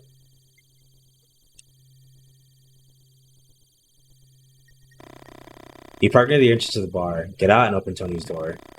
Tony slaps you on the shoulder and smiles. You enter the bar. Tony nods toward the counter and winks at you. He then vanishes to the door in the bar. And Danny, the beer is free for the Bastion Knights. Old Danny had been one of the group's first drivers. After his tragic death, his son Kevin had taken over the bar. Kevin despised Tony and his followers, but even with their differences, he upheld their agreement with the Bastion Knights. Does Tony know that Kevin spit every glass of beer before putting it on the counter? You hear someone swearing to your left and see a group of men walking away from the Glenlivet dartboard. The dartboard was Kevin's idea. Each customer is allowed to throw one dart a night, but not the Bastion Knights. Tony had taken care of that. The Bastion Knights can throw as many darts as they want. And try to make a Glenn's Eye. I'm gonna do the dartboard. A Glenn's Eye is the highest score. The center of the dartboard. Whoever gets a Glen's Eye wins a shot of single malt whiskey. A Glenlivet. And it's customary for the winner to pour the shot of Glenlivet into their eye. Oh god. Oh god. This is hard. Cooper used to say that to get a Glen's Eye, you don't need to think. That when you think, your mind tricks you into seeing things more simply than they are. You don't have to worry about aiming and visualizing an imaginary crosshair. All those are just mind games. Crutches of the imagination. What you need is to wait for it and listen to your body. The body knows Boulder.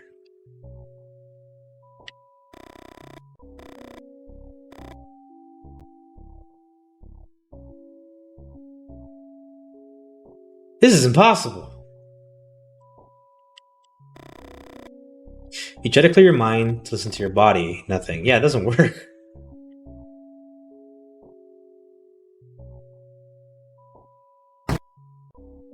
Oh, I missed. 40.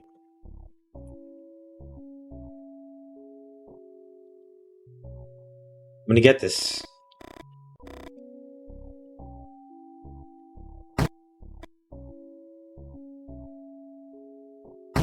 Damn it. Fuck.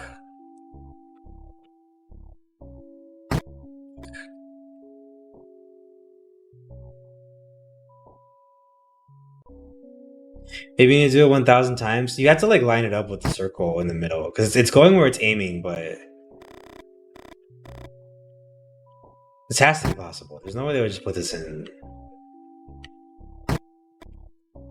I'll get it. One more. Fuck, that was not even close. Fuck.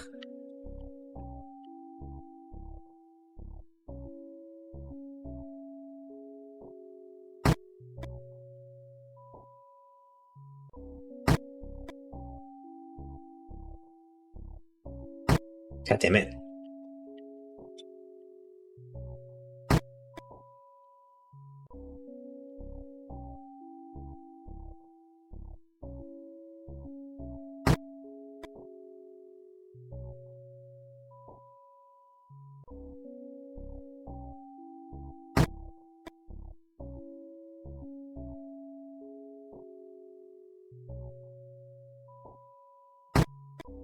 One. Oh, we got this. This is it.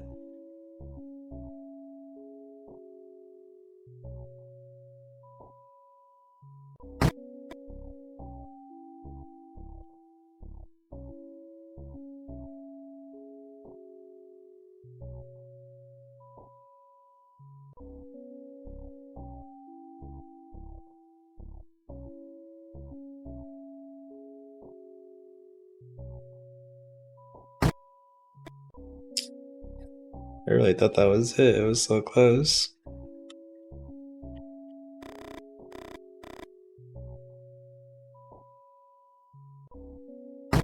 This has to be possible.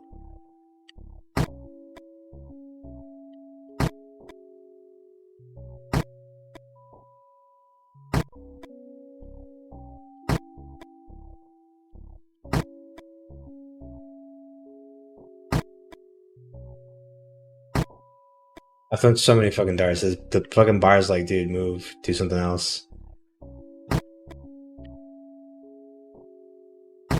This is really fucking impossible, isn't it? Why does the screws come up right there?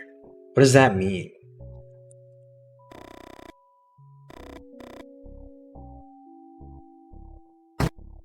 Alright, I give up. Let's go get a beer. You know he's not going to spit in your glass. Kevin was Cooper's friend. And something tells you that Kevin knows you're nothing like the rest of the Banshee Knights. You finish your beer and stretch your back. You look over at the door in the back. There's something Tony said you can't get out of your head. Starting tomorrow, they'll let you join in the Holy Cross. You and your Ford Sierra will participate in the route exorcisms at last.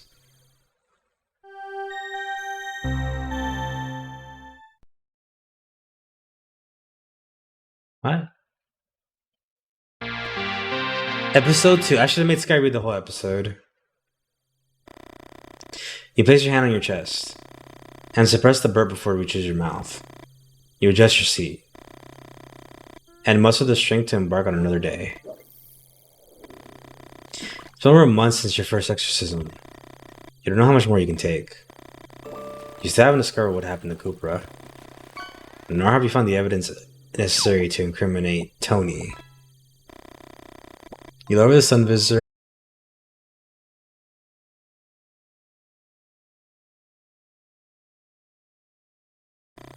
You focus on the drawing, on those marks that still feel close to you, yet a part of a different life. You recall Ava's laughter upon seeing how Olivia depicted you. Ava pointed to your belly and you feigned offense. You would scold her for mocking your child's artistic abilities. Ava would ask you to put Olivia to sleep, giving you a playful wink. And you would lull her to sleep, watching her fight the pull of slumber. Or that Ava awaited you in the other room. I shouldn't have done that. That was impressive. You gaze at the holy cards. Sometimes you wonder if the agency complicates matters unnecessarily. Each saint represents a specific area of investigation, and the holy cards serve as a means to communicate with your handler discreetly. You shut your eyes and believe you catch a glimpse of them. You start the car. Knowing that the road numbers your consciousness, or numbs, I think. Cooper once told you that he used to fall asleep listening to a tape of white noise on his Walkman. It helped because white noise encompasses all the frequencies audible to humans. The perfect place for those voices that kept them awake to get lost in the crowd. Have you read Poe? Cooper held Edgar Allan Poe in high regard. I felt like a personal affront every time you told him that you hadn't read him yet. Juko, why don't women know how to be friends? I don't think I'm equipped to answer that question. I don't really make friends. You glance at the passenger seat. Would it be enough this time? The idea of using holy cards in the investigation couldn't be more apt. After all, you perceive every communication with your handler as a prayer. You walk with great strides. You remember Ava, as she mimicked the rhythm of your walk and laughed while doing so. There they are. Ava, 1954 to 1981. How old was she? Math wizards, how old was she? Yeah, friends. I do have friends, but I'm also really, really bad at making friends. Olivia, 1978 to 1981. Oh, you don't.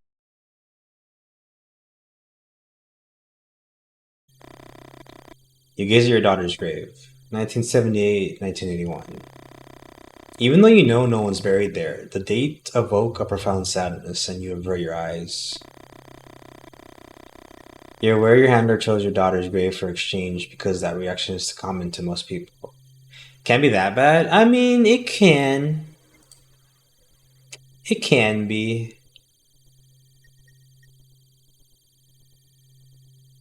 Oh, crash for me? I'm still alive on my end. Is this a Twitch problem?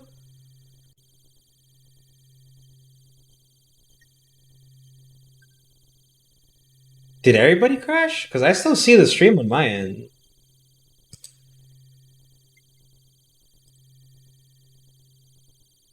Back for me now. Be back. It didn't go down for me. You're back now. I guess let's not worry about it then.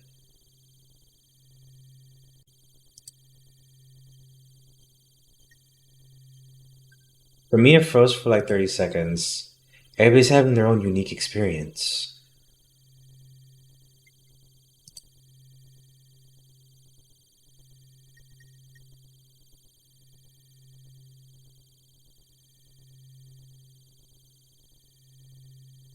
We good?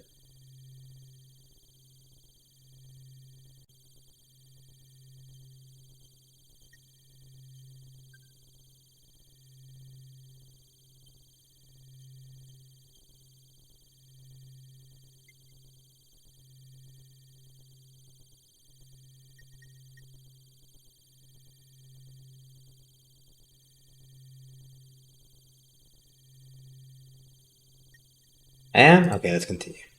In case any of you missed it, we're at our family's grave, but they're not real. We're an undercover agent. Nobody's actually buried down there. We're just using them as cover to help give credence to our story.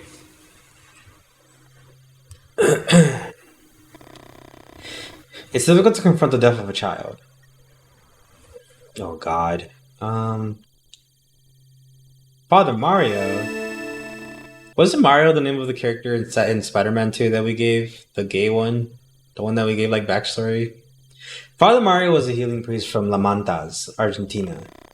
There's a famous phrase of his, I am the guitar, God is the guitar player. The agency uses Father Mario's holy card to catalog the actions of Tony's acquaintances, and thus build a case against the entire hierarchy of the Banshee Knights. Yeah, the guy who was always the victim we had to rescue. I missed that guy. I think he's a protagonist of Super Mario Bros. Not this one. The old black man with the Tims and the Beats. Right. Saint Cajetan of Thine, patron saint of administrative officers. The agency uses his holy card to catalog accounting documentation. Mary Undoer of Knots is an allegorical representation of human difficulties.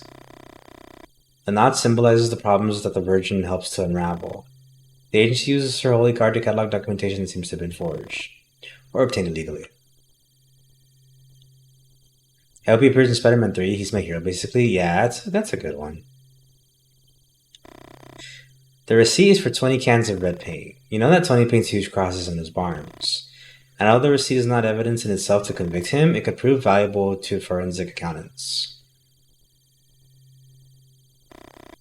After the storm season and some security issues that followed the humanitarian crisis, the government issued a curfew prohibiting movement except for those with a special permit. I thought he managed to get a permit issued in his name. When the Amnestic Moon, I said there goes my hero. Yeah, I hear that too. What the fuck am I doing?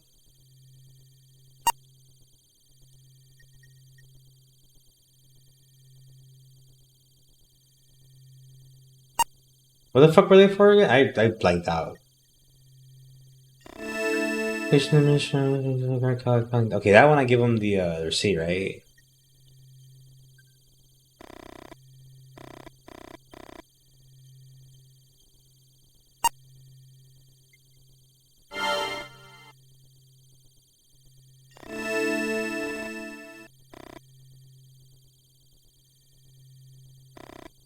The actions of Tony's acquaintances. No wait, would Mario want the receipt and Cajetan want the permission slip? Can I get the fucking? I can't get the receipt back. Oh well. Leave the holy cards on the grave, and you retreat the way you came. Would the evidence stack up this time? Could you build a case with this new information? How much longer will you endure the Bastion Knights? However desperate you are to find out what happened. I should have saved.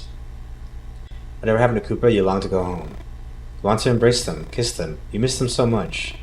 You yearn for Olivia to draw you, for Ava to laugh at you, to put Olivia to sleep, knowing that Ava was waiting for you in the other room.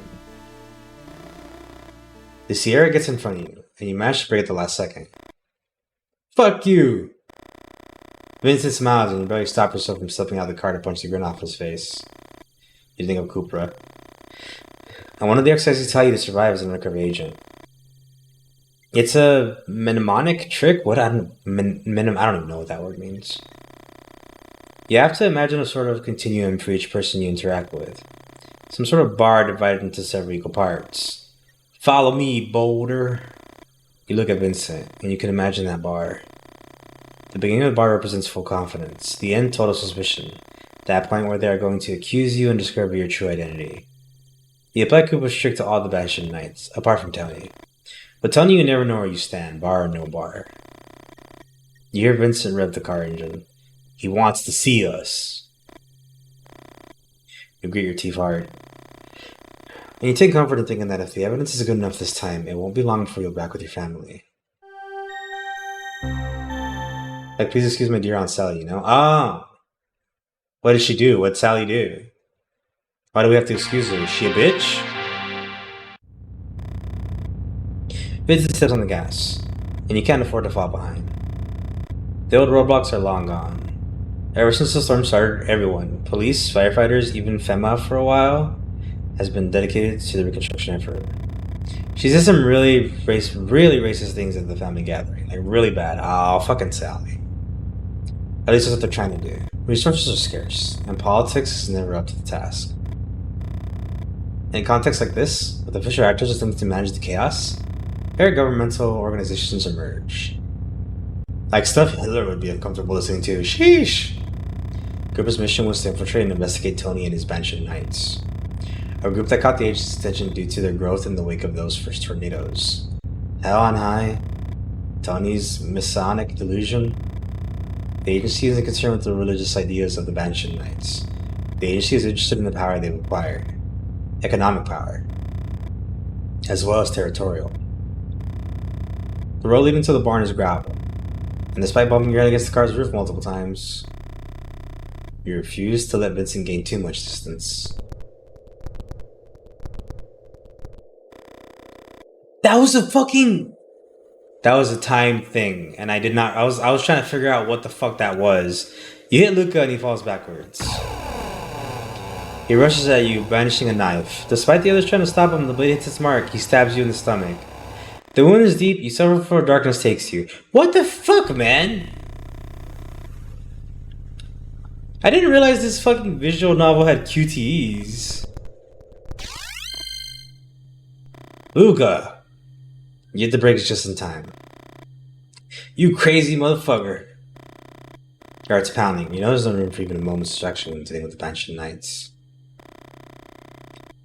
You step out of the car and let them park it for you.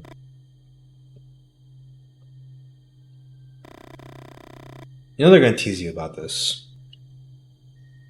If they tease me, I will fucking kill myself. But you also know you have a roleplay. You're bolder, a big, calm guy.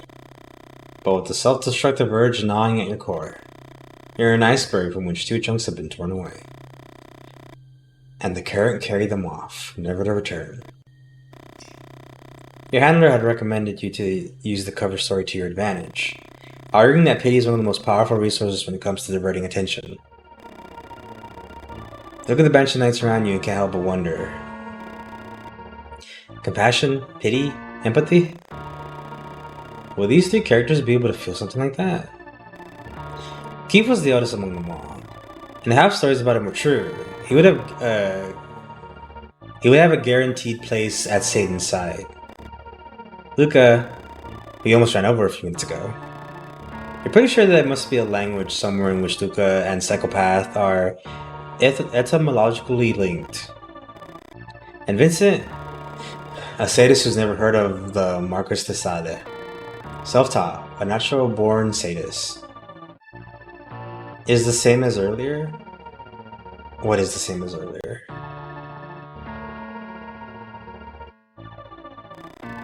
And therefore much more dangerous.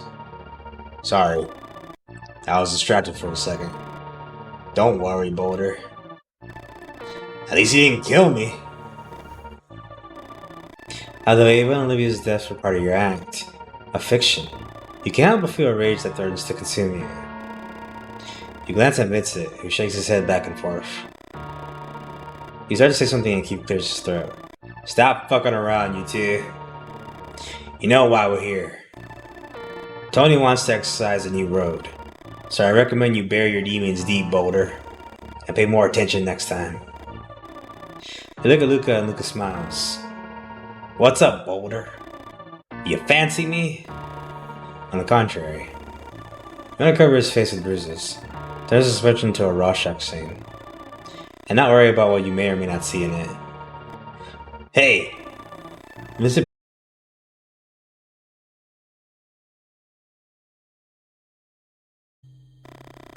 Unconsciously, you position yourself on the outskirts of the group.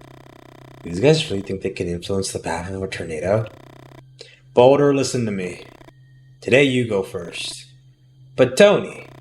Tony looks Luca in the eye and Luca looks down. Fine then. You nod. What are you waiting for? You run to the Sierra before you get in and you steal a glance at the barn. What was Tony doing in there? And whose blood did he wipe off his knuckles? You mark the position of the barn on the map. As soon as you had the chance, you'd go back to investigate. A new exorcism on the road. And this is the first time you'd be out at the front. The most important position in the formation, for which you need total confidence of the rest of the drivers. I always found it hard to read, Tony. Assign you to the top of the cross? Why give you that role? You gaze at the sun visor on the passenger seat. No. This isn't the time to seek solace in the drawings, nor to think about how much more time until the extraction. You start the car and rev the engine, hoping that the roaring noise will drown out even your own thoughts. I guess I'm gonna exercise the road. What the fuck?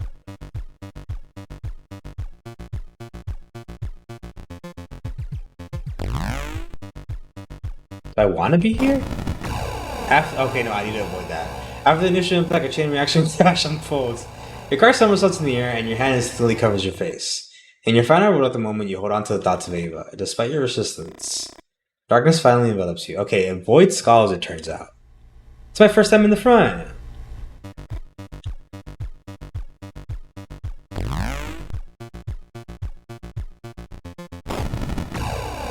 Oh, I have to fucking protect all of them? How do I do that?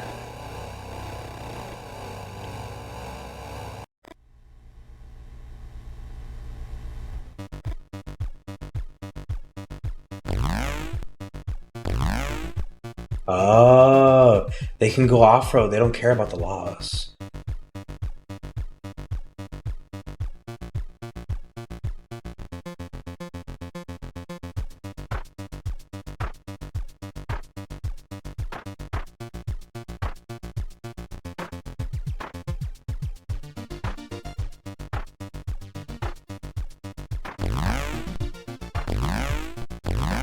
Ah, I didn't get it. Oh, I did get it. The tornado weakens. Your heart races, flooded with an excitement you can't explain. You roll down the window, and only the horns of the Banshee Knights can be heard on the road.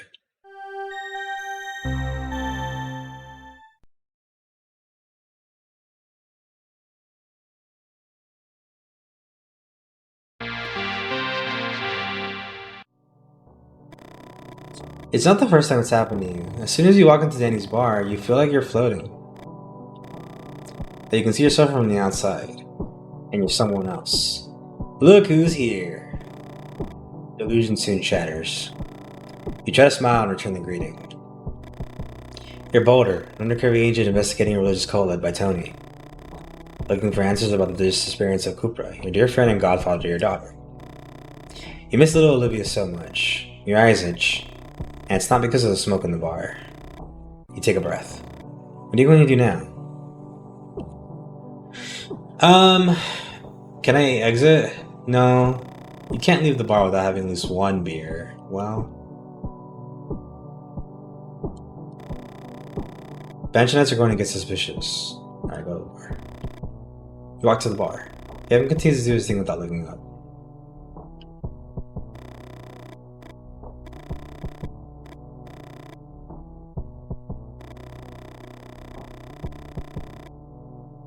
There's a point in which no matter how well you can hold your booze, you're going to start talking. And the borderline between what's fact and what's fiction, you run the risk of someone blowing the veil. And then everything comes to an abrupt end. Let's get fucked up, let's see what happens.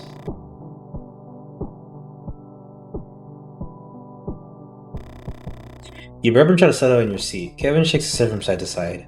Enough for tonight, Boulder. Dizzy as you are, you think maybe it's for the best. Leaving already, Boulder?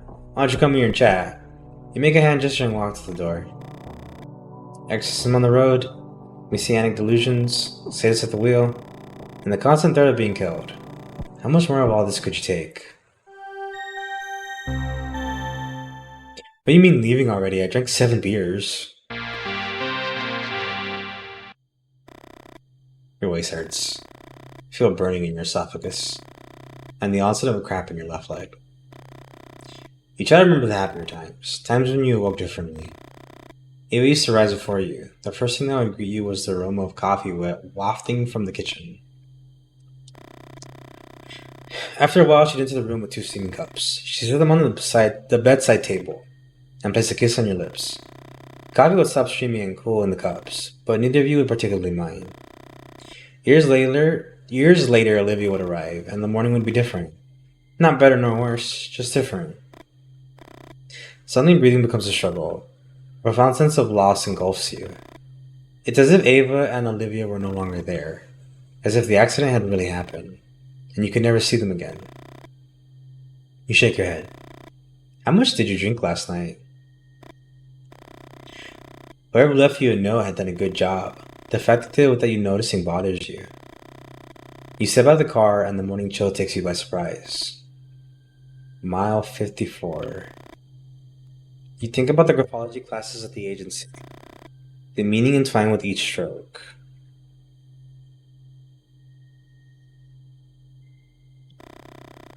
Yet beyond any theatrical discourse, you recognize the sender of the message. Could it be actual evidence? You look around you. The cars of the Bench and Knights rust like cattle in the field. Before the circadian rhythm kicks in.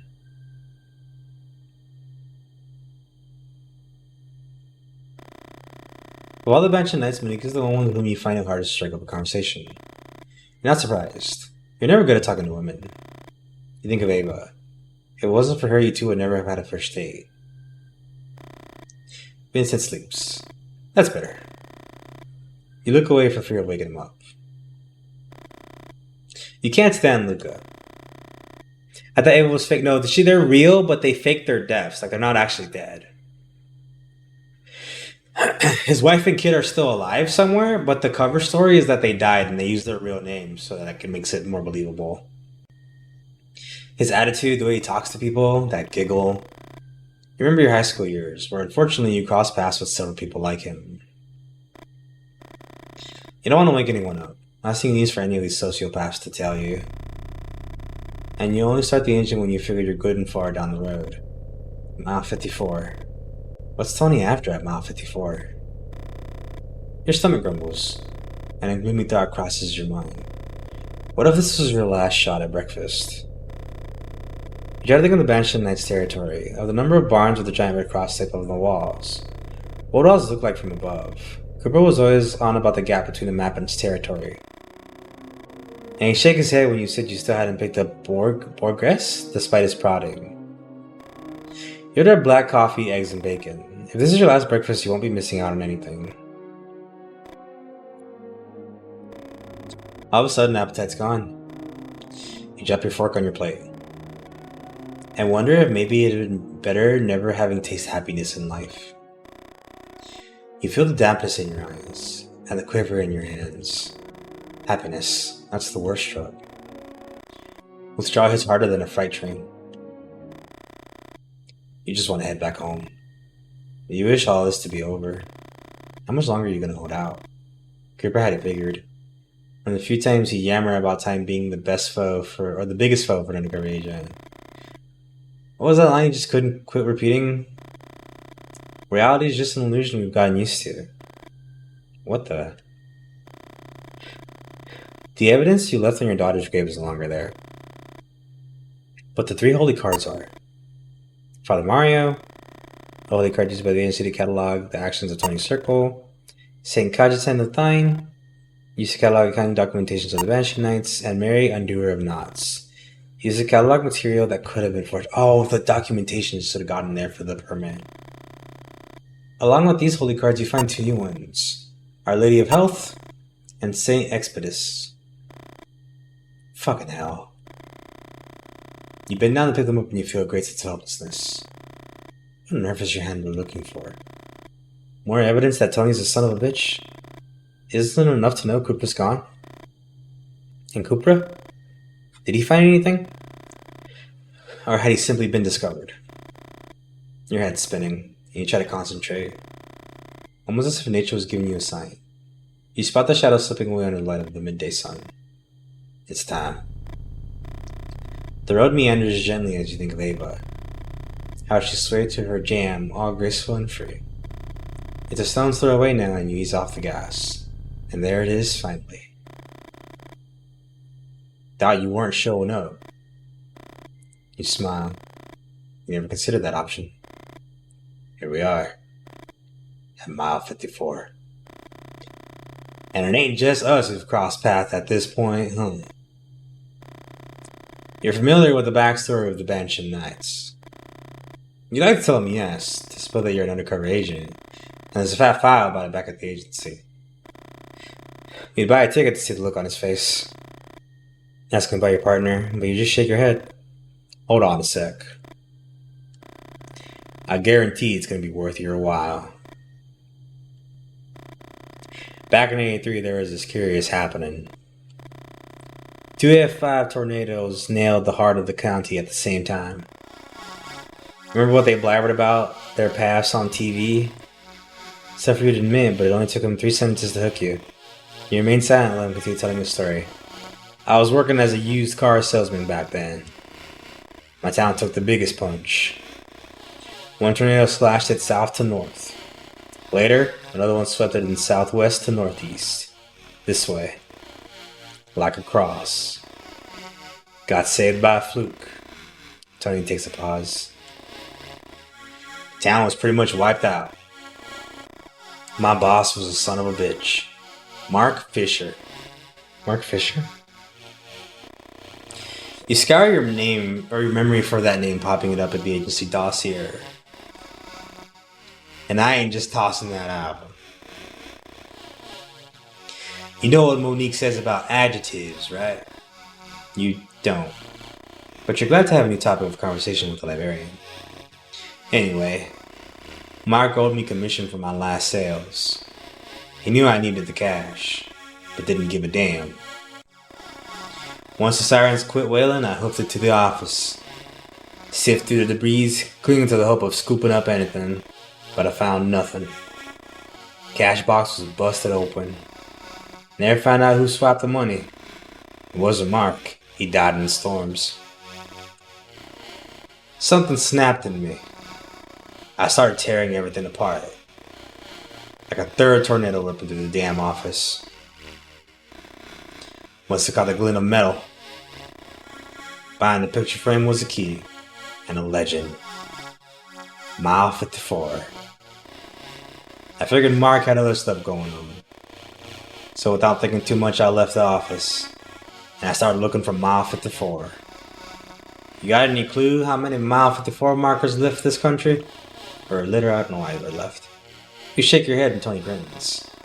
Started off with the closest one. I didn't find anything. Kept at it. And after a while, landed in this spot. The barn was padlocked, but I got the key. I couldn't believe my eyes. Felt like I stepped into Heaven's Gate. Sierra stretching as far as you could see. My boss had them imported from Europe. And for some reason he couldn't sell them just yet. Know what a cross is, Boulder? A cross is an intersection. A meeting point. 2 tornadoes. A guy and a batch of imported cars. Tony takes a pause. His stare is intense. It's hard for me to bear it. But also 2 friends. Or a pair of foes.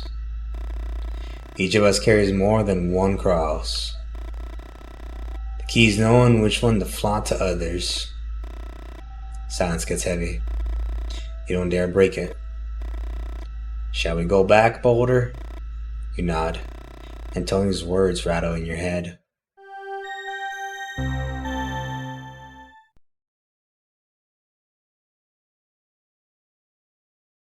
I'm definitely interested in this story. I'm liking it so far. You feel the heat under the weight of your body, and it brings your mind to those cats lounging in parked car hoods. Did I say couch? I meant cats. You just think that they did it to ward off the chill. But Crabber had told you that the real reason was different. Cats perch on a car's hood to protect themselves from stray dogs. What are you thinking about? About Tony's seminars, I guess? Or sermons? Are you buying his bullshit? Vincent looks at you and smiles. It's about time you showed some balls, Boulder. You hear how he clears his throat and spits on the asphalt. Did you know that saliva can simulate soft tissue repair? And that it can accelerate healing? Mitsu looks at his arm for a few seconds. It's the little I remember from school. I dropped out at 15. I locked myself in my room and cut myself near my elbow. Then I'd spit on the wound and stare at it for hours. I showed my brother what I was doing once, and the prick told our stepfather. I can still feel the pounding I took. You're a fucking stupid kid. The things he hurled at me. Years later, I tracked him down and took a butcher knife to him. As he bled on the floor, I started spitting. I spit, and spit. My spit was all over the place. Except for the hole I put in that piece of shit. Boulder! Cross the truck's path and make it stop. I'll handle the rest. Okay, alright. Trauma dumping? Yeah, definitely. You rest the door and fire up the engine. And he asked Chris in chat, I don't want to tell it to the guy who said you just stabbed his father. I have a feeling this guy ain't too nice. I'm also getting that feeling. So that was the plan? You slammed down on the gas pedal, trying not to get left behind. Hey! You look to the side, and you spot Vincent clutching something in his right hand. I have a bad feeling about this. The truck driver seems to suspect something. Oh god.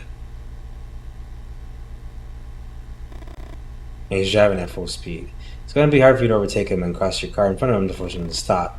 Especially given the oncoming traffic. Oh jeez.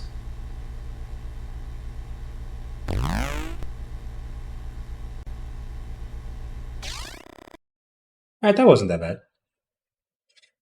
You get in front of the truck and slam on the brakes. The truck brakes too. Should I have succeeded that? Are we the bad guys? You owe the agency a lot. Without the transfer, you'd never have crossed paths with Ava. Hold still while we unload, huh? Olivia wouldn't exist. When you were transferred, the agency had taken care of everything. They hired a truck to move you across the country. Your father had passed away not long before, and you made the decision to sell the house. Nearly everything there had belonged to him. Don't worry. It won't be long now. Boxes and boxes from a past that would never return. Cooper had been there.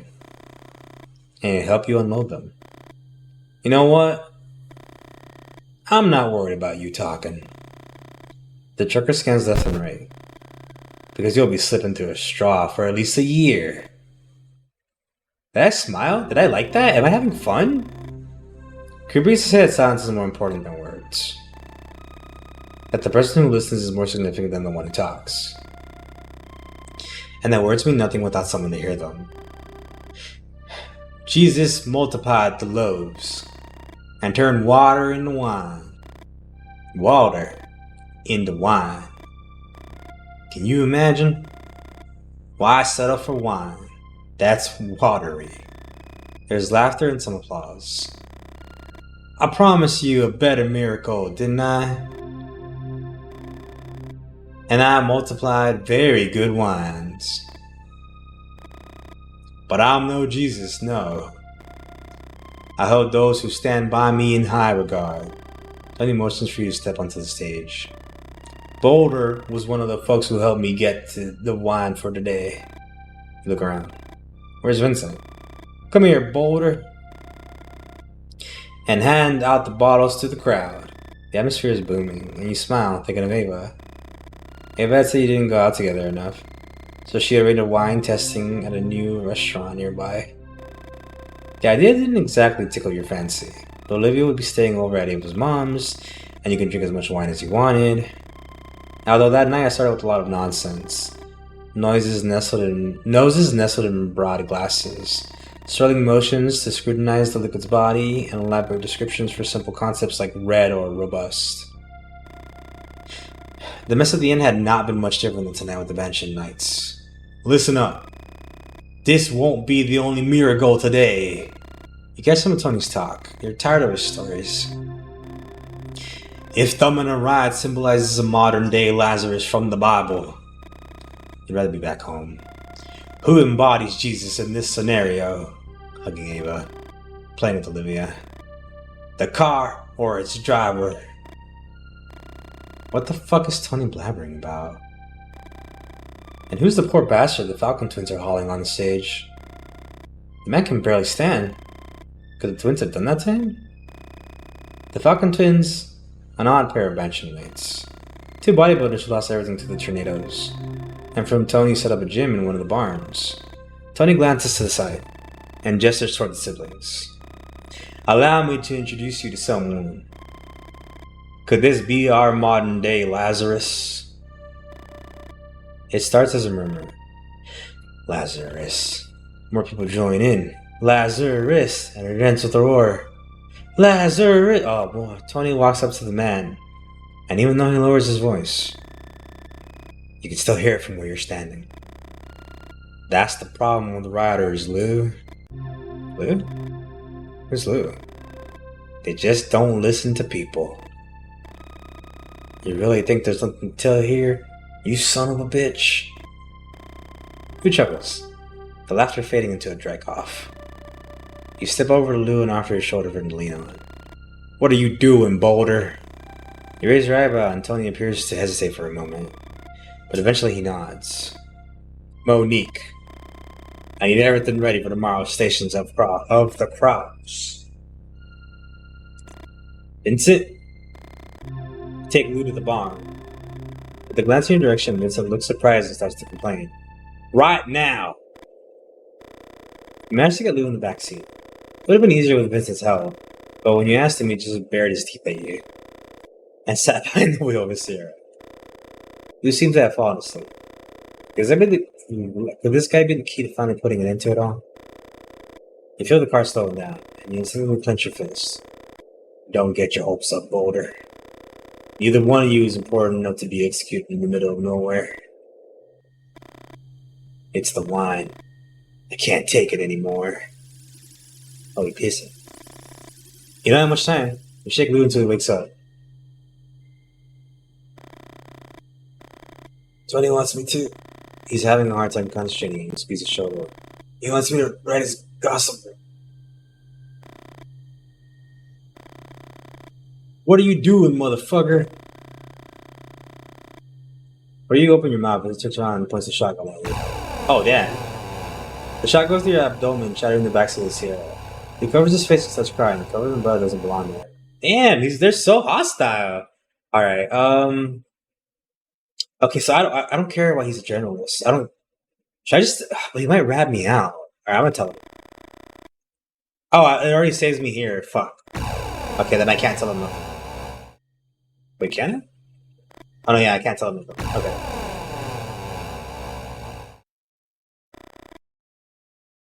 You fall silent and hear Vincent's footsteps outside the car. Did you miss me? Hey! Wipe that expression off your face, Boulder. We leave Lou in the barn. And meet the others at Danny's. You smirk, but deep down you know time is running out. And one way or another, all this has to come to an end. That checkpoint was kind of weird because it placed me, like, I could ask one question and then Vincent comes in. I think it saved the first question I asked, but it still gave me all three options. You enter the bar with a knot in your stomach. You feel that Tony is entering a spell of madness that is dragging all the benching down. You are not a benching. You take a deep breath and begin to imagine images of your other life. Then tells you don't have much time left. Maybe this is your last night to look for evidence in the bar. Let's get fucked up.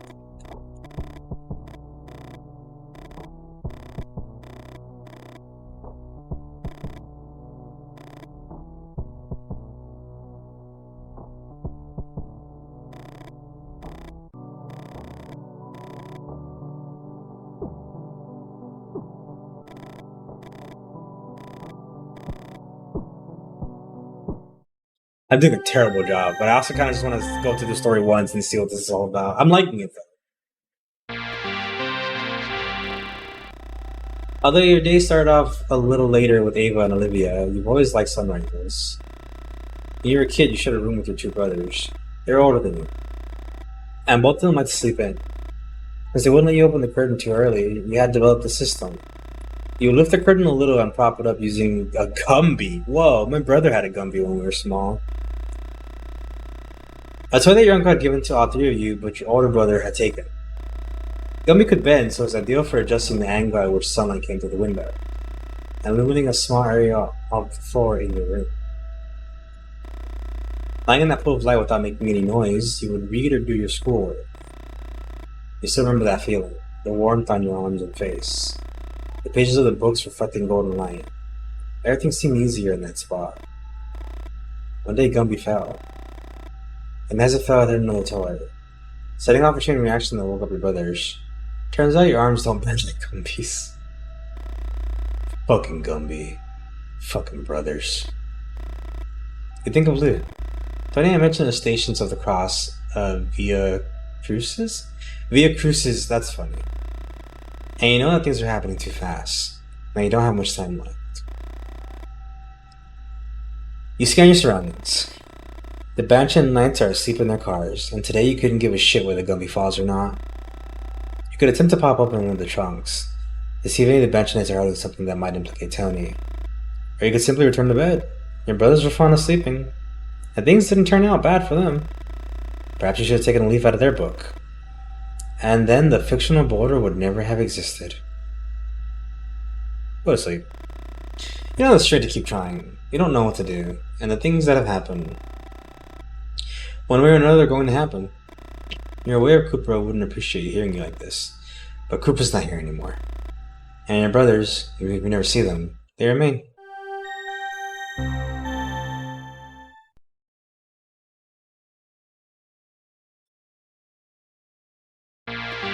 Oh.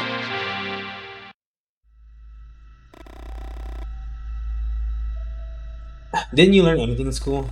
Ava laughed, stretching out her left hand and looking at her engagement ring. A syndechoke is a figure of speech. Synecdoche? I don't know what that is, but I didn't learn that in school. It's when you use a part of something to refer to the whole. Or did you really think you were going to just take my hand in marriage? When you told Koopa you were marrying Ava, you told him that she's what she said about syndechoques. Koopa waited for you to finish and smiled. He said you've been very, very lucky, that not only had you found someone you loved, but that you also learned a thing or two. A few weeks later, Koopa would have dinner at your house and meet Ava. They talk about work, about books, about you. Is that a person? One of them would mention the word fuck, shut up, and they would start laughing. They look for examples, ignoring your complaints, laughing at your annoyance, and they think glasses are a time to come up with a new one. Oh god, it's him. It's been a long time since you thought of it. In Lou's Station of the Cross, he doesn't carry any cross. Condemned and cross are the same thing. And you're not sure if this is an example of syndechoke or not. Time is running. You need to act. You touch your chest and feel the microphone you carry between your fourth and fifth rib. You need some kind of evidence of whatever the hell's going on to explain your actions to the agency. Cars are moving slowly, maintaining a constant speed. You ponder what might happen if one of the cars in the front were to speed up, or if one of the cars in the back suddenly slammed on the brakes. Lou would be dismembered. You know that dismemberment as a form of execution has a long history. That a common way was to tie the condemned man's limbs to 4 horses, but you never heard anyone doing it with cars. You look at your hand, clenching it into a fist to stop the trembling. You don't know how much more you can take. What was his name? You struggle to recall the name of the Peruvian leader the Spaniards tried to dismember but couldn't. I have no fucking clue. Is it Tupac? Let's go with Tupac. Tupac Amaru, the leader of the Great Rebellion. You think about your mother's family, how little you know of their history. Keeping your brain busy in times of distress is the only way to keep him going crazy, Boulder. Koopa had told you about a soldier in World War I who recited the first 200 prime numbers from memory. As bomb fell in the trenches and fragments of his comrades flew through the air, you miss Koopa. And you miss your life beyond fiction. You take a deep breath and hold your head.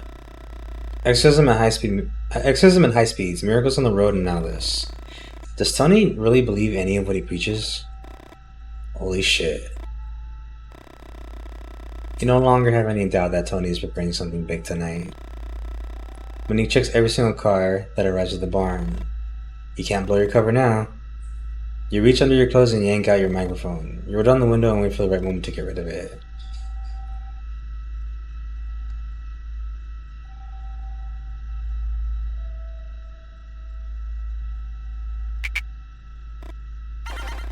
Ah, shit. Oh, they drowned me. Okay, so I didn't account for where she was looking. Where do I want to throw it then?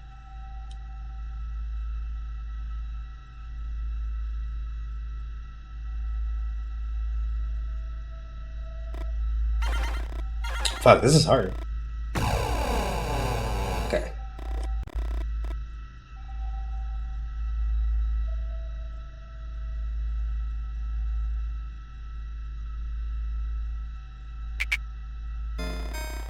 Ooh. Okay.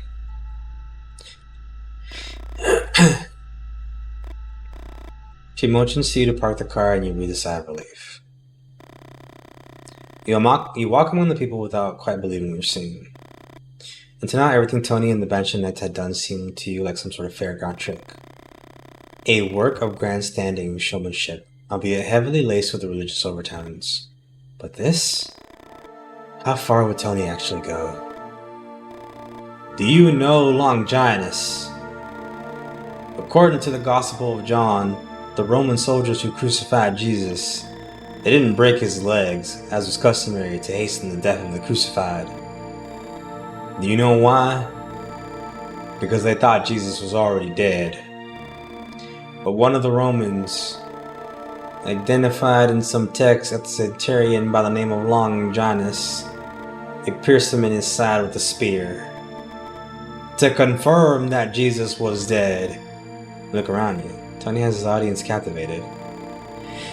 Do you understand the importance of what Longinus did? He caused a wound that by itself would kill Jesus.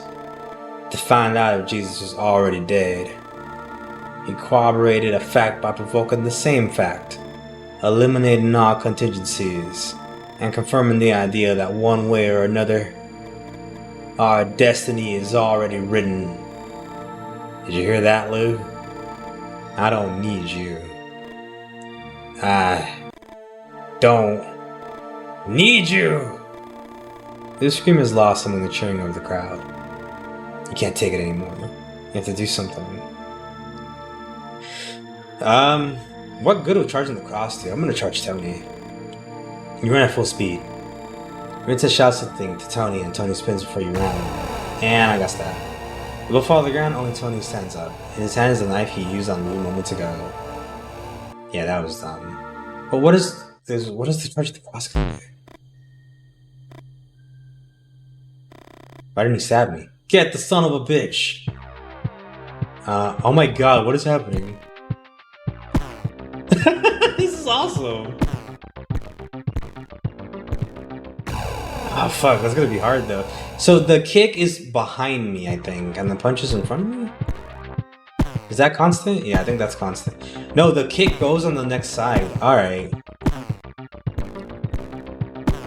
Okay, I get it. The kick turns around.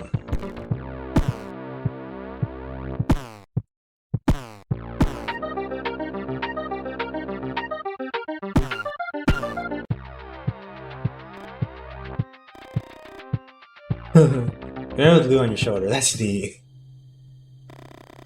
The adrenaline keeps you on your feet. A helicopter? A blow to the back of your head prevents you from fully formulating a thought. Monique! Help me with these two.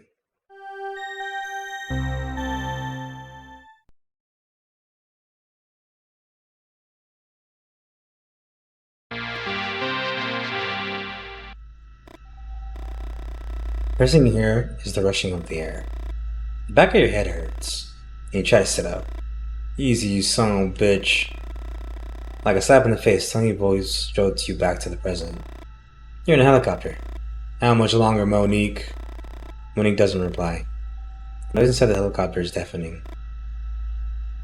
Monique! How much longer? 10 minutes to the nearest F5. Did you hear that, Boulder? In 10 minutes you're going down in hell. You fucked us, you piece of shit. Ah. I always suspected it. You showed up not long after the other traitor, Kupra. Your attempts to mask your reaction to hearing that name are worthless. Tony knows. We're getting close. Hold on tight. Wanna know a secret, Boulder? We fed Kupra to a tornado too. Oh my god, he's fucking crazy. You feel fury gripping every muscle in your body. Tony stares into your eyes with an intensity you've rarely seen. Join stream, you FOs, you piece of shit. Yeah, we're fighting a call. We're losing though. I'm going for the bad ending. And you want to hurt him. Hee-haw! Get ready to headbutt him, but Tony knows. Looking you in the eye the whole time, he pulls his head back and avoids the attack. Get the fuck up! He raises the gun and makes you move towards the door. Without saying anything else, he kicks you hard in the stomach and you fall to your death. Oh, I guess I don't want to headbutt him. Kick! The kick catches him off guard. You get up as fast as you can. Tony! What's going on back there? The turbulence increases and everything spins. Nothing I can't handle. You keep us flying. You couldn't handle it. Your stomach churns. The helicopter is losing altitude. Trees, soil, water. I'm gonna jump. You miscalculated. Okay.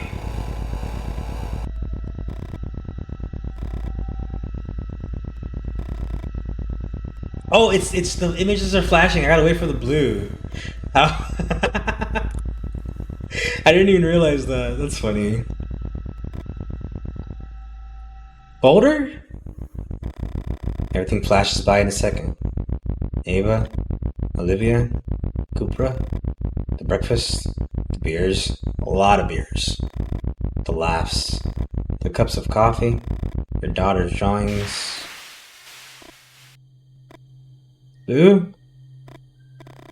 It's over. The explosion is spectacular.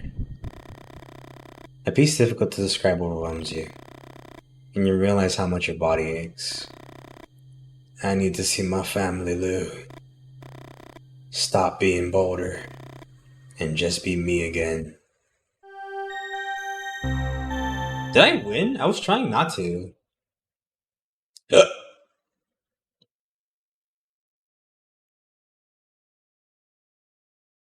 That seemed like a relatively good ending for all I did was like drink beer. Like I didn't do no investigation stuff. I just drank alcohol. I feel like that ending's pretty good. Like we killed the cult. Oh, I guess there's probably still a lot more to it. Um, 'Cause basically every time we had the option to investigate anything, I didn't. I drank 7 beers and went home twice, and then in the one time I had a chance to investigate, I just slept in my car instead.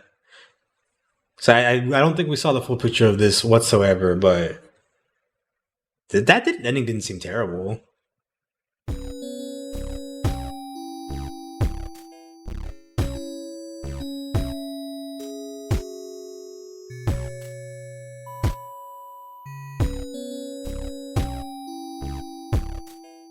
Are they gonna be dead? My family! My waifu! My daughter! She looks so dope.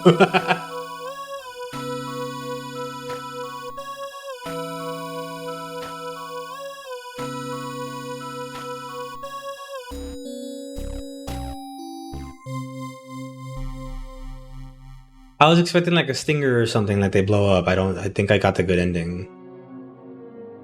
Oh. Oh, this guy survived too?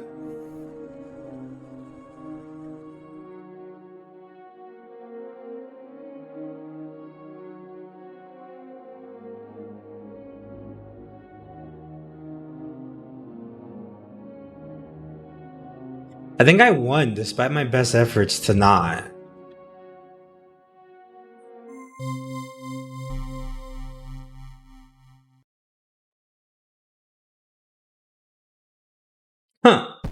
Boulders extra? Oh, it's this ending thing. Okay. I don't gotta say this again. Game, I don't gotta say this again. Game, please.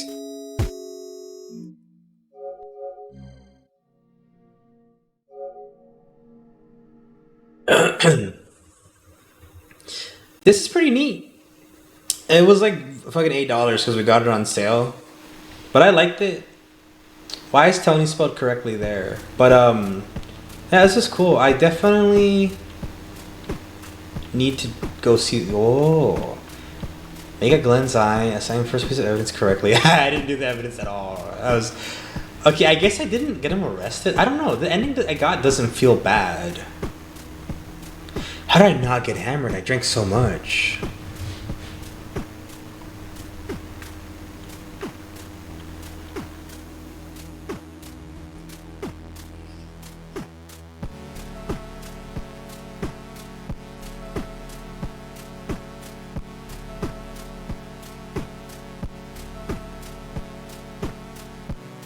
Okay, there's still like I guess this is an easy game to get 100%. I can see the other routes. So there's a lot I didn't do, but I like what we saw. I liked our ending. That was fun. Alright, what do you say we get out of here now?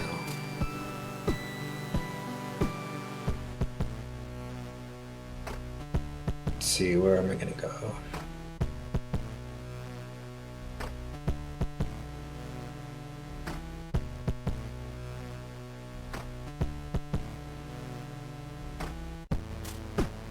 Yeah, let's go here because they're playing Ragnarok and that's a cool game.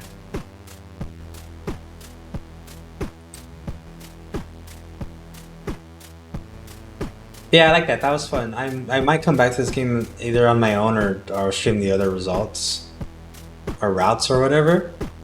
Not super sure what I'm going to stream tomorrow. I need to figure it out. But yeah, there will be a stream tomorrow, assuming I have power. I don't know if we'll freeze over again. But if I have power, we'll do another stream, obviously. And I guess Friday I will do Final Fantasy VIII. Maybe tomorrow I'll do one of those spin-off games I didn't get around to do, like the Kenzin or something. We'll see. We'll see what I put tomorrow. I need to figure it out. Alright, good. Take care. See you later, Tom. Thanks for stopping by. Alright, let's go over to Mika playing God of War Ragnarok. And yeah, bye everybody.